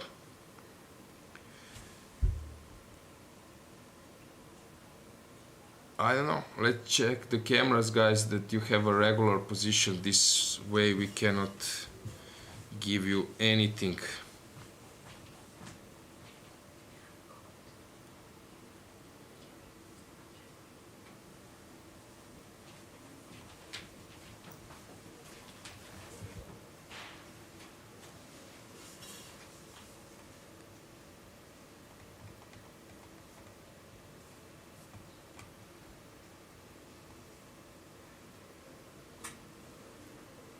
We will try to see if we can have cropped only the first camera.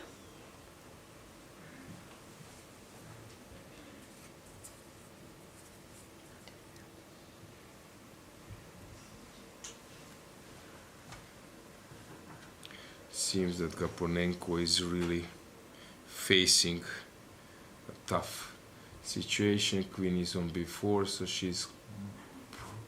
she's actually playing. She's playing 2 pawns down, right? Yeah, 2 pawns down. You see, these days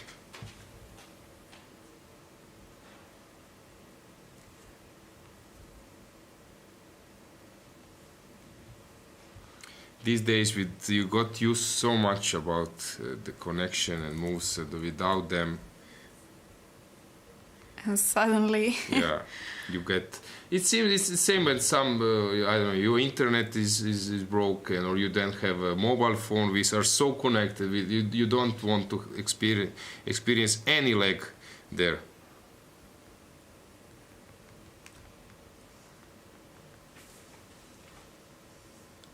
Yeah, same everywhere. It's connected with the live transmission. But what to do? We are starting. We will start to switch to Montenegrin. So, guys, you will need to follow your way.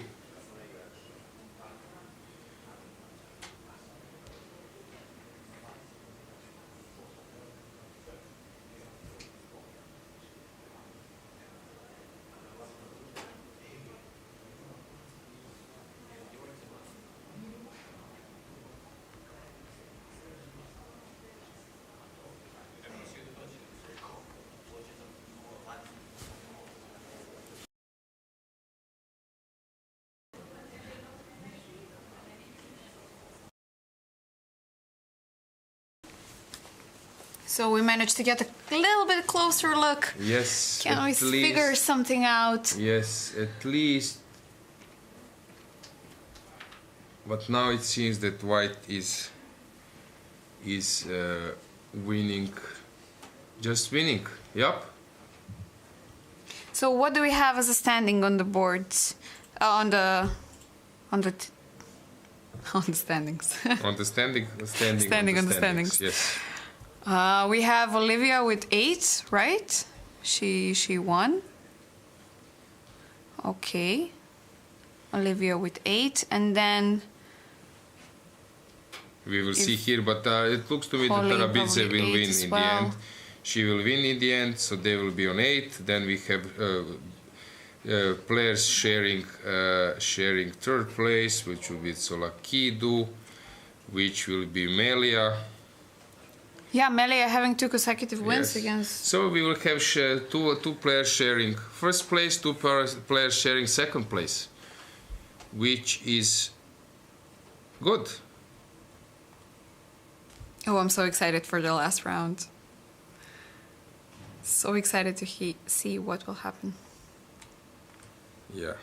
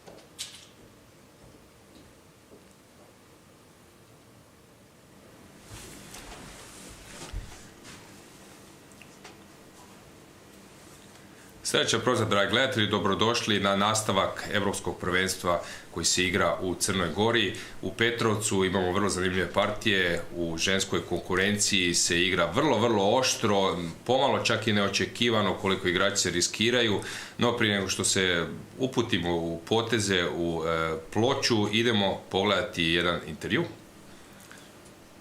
Dobro večer, dragi gledalci. Sa nama u studiju ženski FIDE majstor Nikolina Koljević. Nikolina, dobrodošla. Hvala na pozivu. Standardni član crnogorske reprezentacije, najuspešniji igrač na ovom turniru od Crnogoraka. Svakako imaš odličan turnir, ili možeš da nam kažeš nešto više o tvom iskustvu na ovom turniru?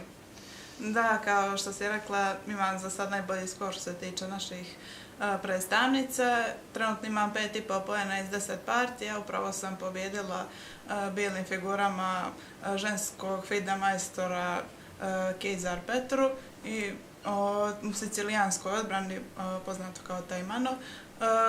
Zaista sam zadovoljna s igrom i nakon jučerašnje pobjede stvarno mi je neočekivano dobro krenuo turnir, s obzirom da mi je početak bio to malo lošiji, tako da sam jako zadovoljna i tu je isto malo trema za sutrašnji meč.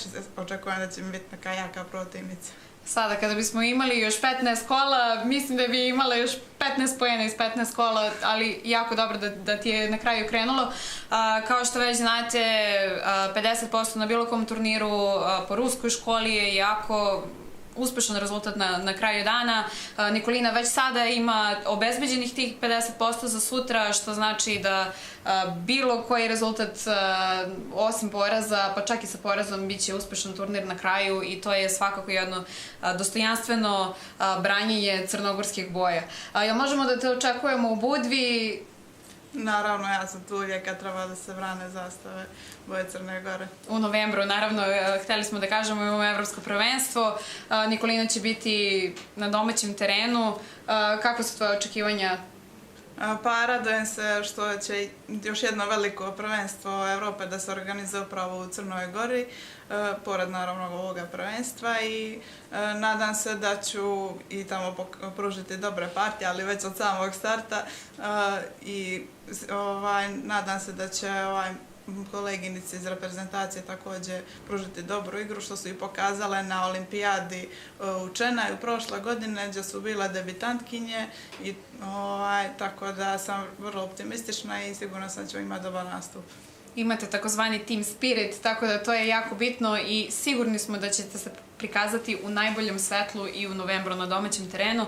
Dragi gledalci, ovo je bila Nikolina, a sada se vraćamo na partije. Evo, prije nego što zahvaljujem se Dragana, prije što se prebacimo na partije, možemo pogledati kameru iz dvorane, u trenutku su ključni trenuci. Na prvom stolu igra se partija koju smo spomenuli, Arabiz de Meri protiv Guichard Pauline, gruzijska predstavnica protiv francuske predstavnice, gruzijska predstavnica je bijela. Zadnji trenuci, završnice na ploči, obje praktično na malo vremena, minute su u igri, više nema onog dodatka. Zadnji trenuci, evo, ključni trenuci partije. I sve je moguće da se desi. Obe imaju po 7 poena, što znači da su trenutno na samom vrhu tabele. Ovaj rezultat, posebno ukoliko bude bio u korist jedne od igračica, će biti jako bitan za krajnji položaj prvih igračica. Ono što je jako interesantno za videti, u današnjem kolu smo imali dosta odlučujućih partija. Kjelbasa Olivija je uspela da ostvari crnim figurama pobedu na drugoj tabli, što znači da je ona trenutno vodeća sa 8 poena iz 10 partija. Nakon toga imali smo remi na četvrtoj između Bukse Natalije iz Ukrajine i Sargisjan Ane. Na trećoj tabli Kutinašvili Bela je izgubila od Melije Salom, koja već 2 dana zaradom igra fantastično. Tako je, pobjeđuje sa crnim figurama. Mogli ste vidjeti jučer one ključne trenutke u kojem je provela jednu sjajnu kombinaciju, no idemo malo pogledati još ovo na ploči. Događa se promocija dame, crni skakač je podržao pješaka, sada uzima lovca, bijela je morala dati lovca, naravno da ne bi dama ostala na ploči, skakač je uzeo lovca i sad što se događa u ovom trenutku? U ovom trenutku bijela ima lovca i ima 2 pješaka, no ključan potez koji lomi partiju je ovaj kojim ograničava skakača. Lovac dominira, skakač više ne može otići niti na jedno polje. Ogromna prednost bele, pešak više koji u ovom trenutku liči kao da će biti sasvim dovoljan. Ne samo to, nego jednostavno ovaj lovac dominira skakača i ja očekujem predaju možda čak u ovom trenutku. Sigurnost bele da je apsolutno dobivena u ovoj poziciji možete vidjeti po tome koliko brzo igra poteze, što znači da joj je sve jasno. Tako je, partija je ušla u tehničku fazu, sada više nema nekih tajni, igračice na ovom nivou su već 100% sigurne, ona zapravo sad malo jednostavno pokušava se iskontrolirati, igračica sa crnim figurama, Guichard, po inerciji igra poteze dalje, svjesna je propusta, morate uzeti obzir da su ovo igračice koji igraju ovu partiju praktično od 3 sata popodne, preko 5 sati, skoro 5,5 sati, još su vruće, prolazili im kroz glavu trenuci. Bio je i trenutak cajtnota u kojem se praktično nisu ni slegli dojmovi, već se moralo nastaviti igrati dalje. To je ono baš što je pravi sport, te emocije, vidjet ćemo. Evo, ja očekujem sada da se partija završi pobjedom, no uvijek postoji mogućnost greške, sada računa gura pješaka. Računa guranje pješaka, ali izgleda da koncentracija malo popušta, nije sigurno može li gurnuti. Naravno dolazi u obzir i micanje lovca, pa onda guranje pješaka. Baš, evo, na kraju prevario sam se. Sad vidim da tu postoji malo i nekih dvojbi za bijelu.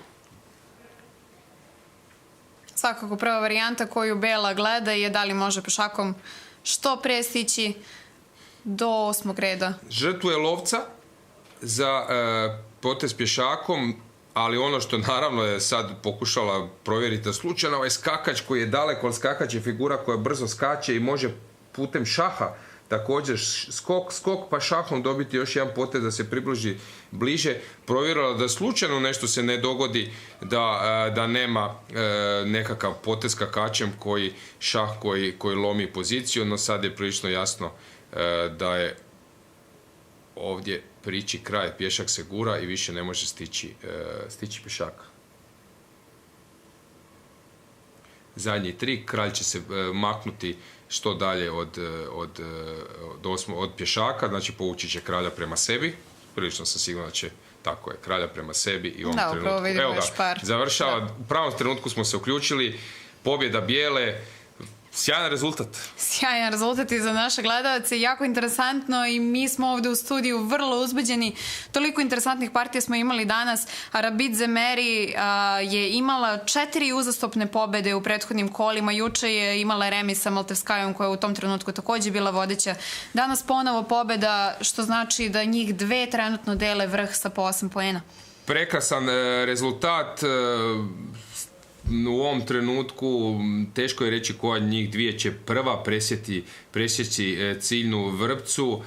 Može se dogoditi recimo remi međusoban ili neko posrtanje pa da igračice koje ih prate ih dostignu. Vidjet ćemo, puno mogućnosti sutra. Evo u ovom trenutku igračice napuštaju poprište borbe, a mi ćemo se prebaciti na njihovu partiju da probamo malo dočarati što se događalo. U ovom dvoboju je ipak bijela ta koja je malo nominalno po rejtingu jača, no igrana je Nimcovićeva Indika kojom se izbacuje rano lovac i veže se crni kralj. Bijela priprema, pošto ne može odmah gurnuti pješaka, jer bi crna iskoristila to vezivanje. Bijela priprema prvo guranje pješaka, sada crna udara bočno i jedan gambitna varijanta. Sad nećemo ići previše dalje u otvaranje, nego idemo se skoncentrirati na ovaj trenutak partije u kojem je bilo završnica, a to je ovaj trenutak. Još malo naprijed, htio sam kada nema topova, a to je, to je ovaj trenutak. Znači, vidjet ćemo što se događa, bijela je napala crnog topa, znači lovac napada topa, koja je ideja u slučaju da se top podvoji, lovac uzima pješaka, šah, važan trenutak i nakon toga bijeli lovac sa A3, drugi lovac dobiva trenutak za uzmicanje. Stoga je crna vidjela da sad svako uzmicanje topom znači pad pješaka sa šahom, to je taj važan tempo potez koji donosi šah u partiji, joj zapravo znači gubitak tog ključnog pješaka i ona je odigrala jednu kombinaciju, to je potez skakač D7 koji ima ideju zapravo kontranapad. U slučaju uzimanja uzet će skakačem pješaka, dati šah i najedanput, s obzirom da kralj također podržava napad na topa, osvojit će topa, stoga je u ovom trenutku bijela odigrala jednu zanimljivu kombinaciju. Prvo je dala šah, dirigirala je crnog kralja na ovo polje, zato što uzimanje topa, ako sad malo dobro vidite, lovcem znači da će to biti šah, to se i dogodilo, šah, kralj G6 i sada ima vremena za osvojiti skakače. Naravno da je moguće bilo uzeti pješaka, no, opasno izgleda pustiti na životu ovog pješaka, no uzimanje skakača ipak prioritet u ovakvoj poziciji.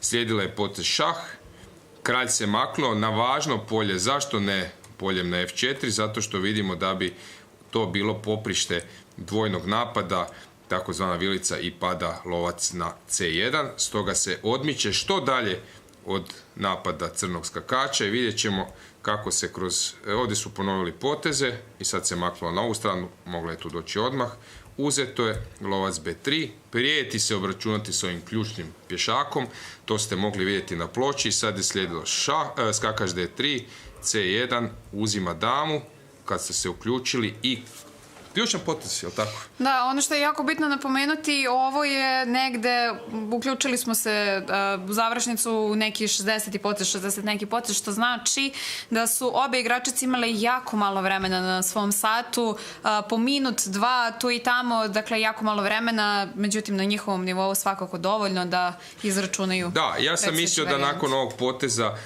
to je ta dominacija koju vidimo, dominacija lovca nad crnim skakačem će zapravo partiju odlučiti, no crna koristi trenutak da do kraja se bori i ide kraljem prema lovcu kako bi ga otjerala i onda oslobodila svog skakača i sad taj ključan potez, to je potez kada je bijela, bez obzira što ima samo minutu, odlučila žrtvovati lovca, nekako to ne želite činiti jer malo vas je strah, umorni ste da niste možda nešto se prekombinirali, no zapravo nakon poteza G5, kralj C4, ona je ispravno procijenila da crnoj fali jedan potez, da je crna sad na potezu, skočila bi skakačem, dala bi šah i taman se obračunala sa bijelim pješakom, no bijeli pješak curi, u ovom trenutku G7 i nakon šaha kralj odlazi na H2 i ne može crni nikako doći do ovih polja s kojim bih kontrolirao promociju dame. Na ovom nivou nema smisla nikakvo igranje dame protiv skakača jer se zna da dama lako dobiva, prejaka je, kasnije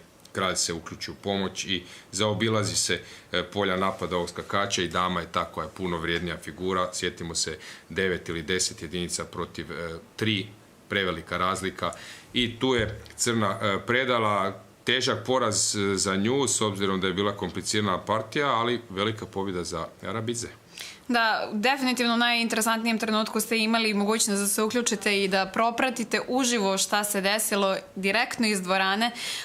Videli ste svakako nivo na kome igraju igračice koje su u stanju da računaju žrtve sa samo 30 sekundi, minut na satu. Tako je, no mi sada ulazimo nakon ovog dana predzadnjeg kola, ulazimo u fazu ključnog zadnjeg kola. Evo, mogli ste čuti i od crnogorske predstavnice koliko je za to zadnje kolo može biti malo onako i stresno, jer nitko ne želi napustiti turnir sa porazom, s nekim teškim iskustvom, ali opet znaju da moraju pokušati nešto jer znači slava čeka hrabre. Slava čeka hrabre, upravo tako, posebno kada ste na domaćem terenu, to je još važnije. Meni je apsolutno drago što smo imali šanse evo, da vas upoznamo svakog dana sa pokojim reprezentativcem crnogorskog šaha, što je svakako, ja mislim, dobrodošlo. Jedno malo podsjećanje za sve vas, sutra posljednje kolo počinjemo 2 sata ranije, dakle počinjemo u 1, tako da će prilagodit ćemo se i uključenjem da dobijete pravu informaciju, ali evo, uspjeli smo pogađati u zadnje vrijeme, baš nam je nekako bio dobar trenutak za uključivanje, uključili smo se u onim ključnim trenucima i lijepo je da možete vidjeti baš te zadnje poteze koji odlučuju partiju. Pratite šah, no ovog puta ćemo vas pozvati ne samo da pratite šah, nego da ga i sami zaigrate, izvadite svoje ploče i figure, logirajte se na neke internet stranice i zaigrate šah, vjerujte, nećete zažaliti. Ko kako preferira. U svakom slučaju, gledajte nas sutra, posljednje kolo, najinteresantniji dan ovog turnira. Budite s nama. Tako je, pozdrav svima.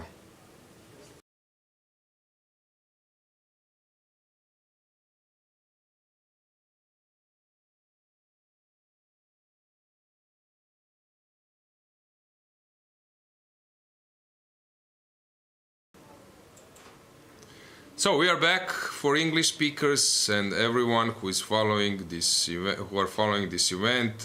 In the end, first board was decided by a great play by Arabidze. I cannot believe we have 3 decisive results on the first 3 boards. It is so exciting in round number 10, Not right? just that, we have on top top Yes. 9 or top 10 boards, only 2 draws. Unbelievable. This is something I never seen in the European individual and or even different tournaments. Fantastic. Guys, you were able to see such a beautiful play. Yes, exactly. Yeah. And so many wins with black. Competitive girls, yeah. With white, with black. If there would be some books about the tournaments, like it was Bronstein books about Zurich, I said they would say the best memorable tournament ever. This one, so we are waiting for someone to write it. So many decisive results. Actually, I'm not sure that there are. We will check for tomorrow, guys. So you know what we do. We will check were there more decisive results than draws, which I'm not sure that happened. I don't know when. Okay, this is a very interesting statistical fact. Yeah, we definitely have to check this. Yeah, so just let's remind you about the results. Arabidze is now and Kulbasa, they're leading. Yeah, they're both leaving, having 8 points. Right behind them, Melia Salom with great play. She managed to beat 2 grandmasters in a row. Round number 9 and 10, impressing, really impressing. Stavrula as well managed to get a great win with black pieces today. She has the same number of points as Melia, I think 7.5, if I'm not mistaken. Then we have Leila as well with 7.5. So very tough competition. It will be so interesting to follow the games tomorrow. So tomorrow, really great battle ahead of us. Top games were finished. So I think it's time that we stop our broadcast, announce tomorrow broadcast. 2 hours earlier, don't forget, tune in 2 hours earlier, 1 p.m. 1:15 will be the live broadcast. And we might have some interesting interview waiting for you tomorrow, but let's come and check it out.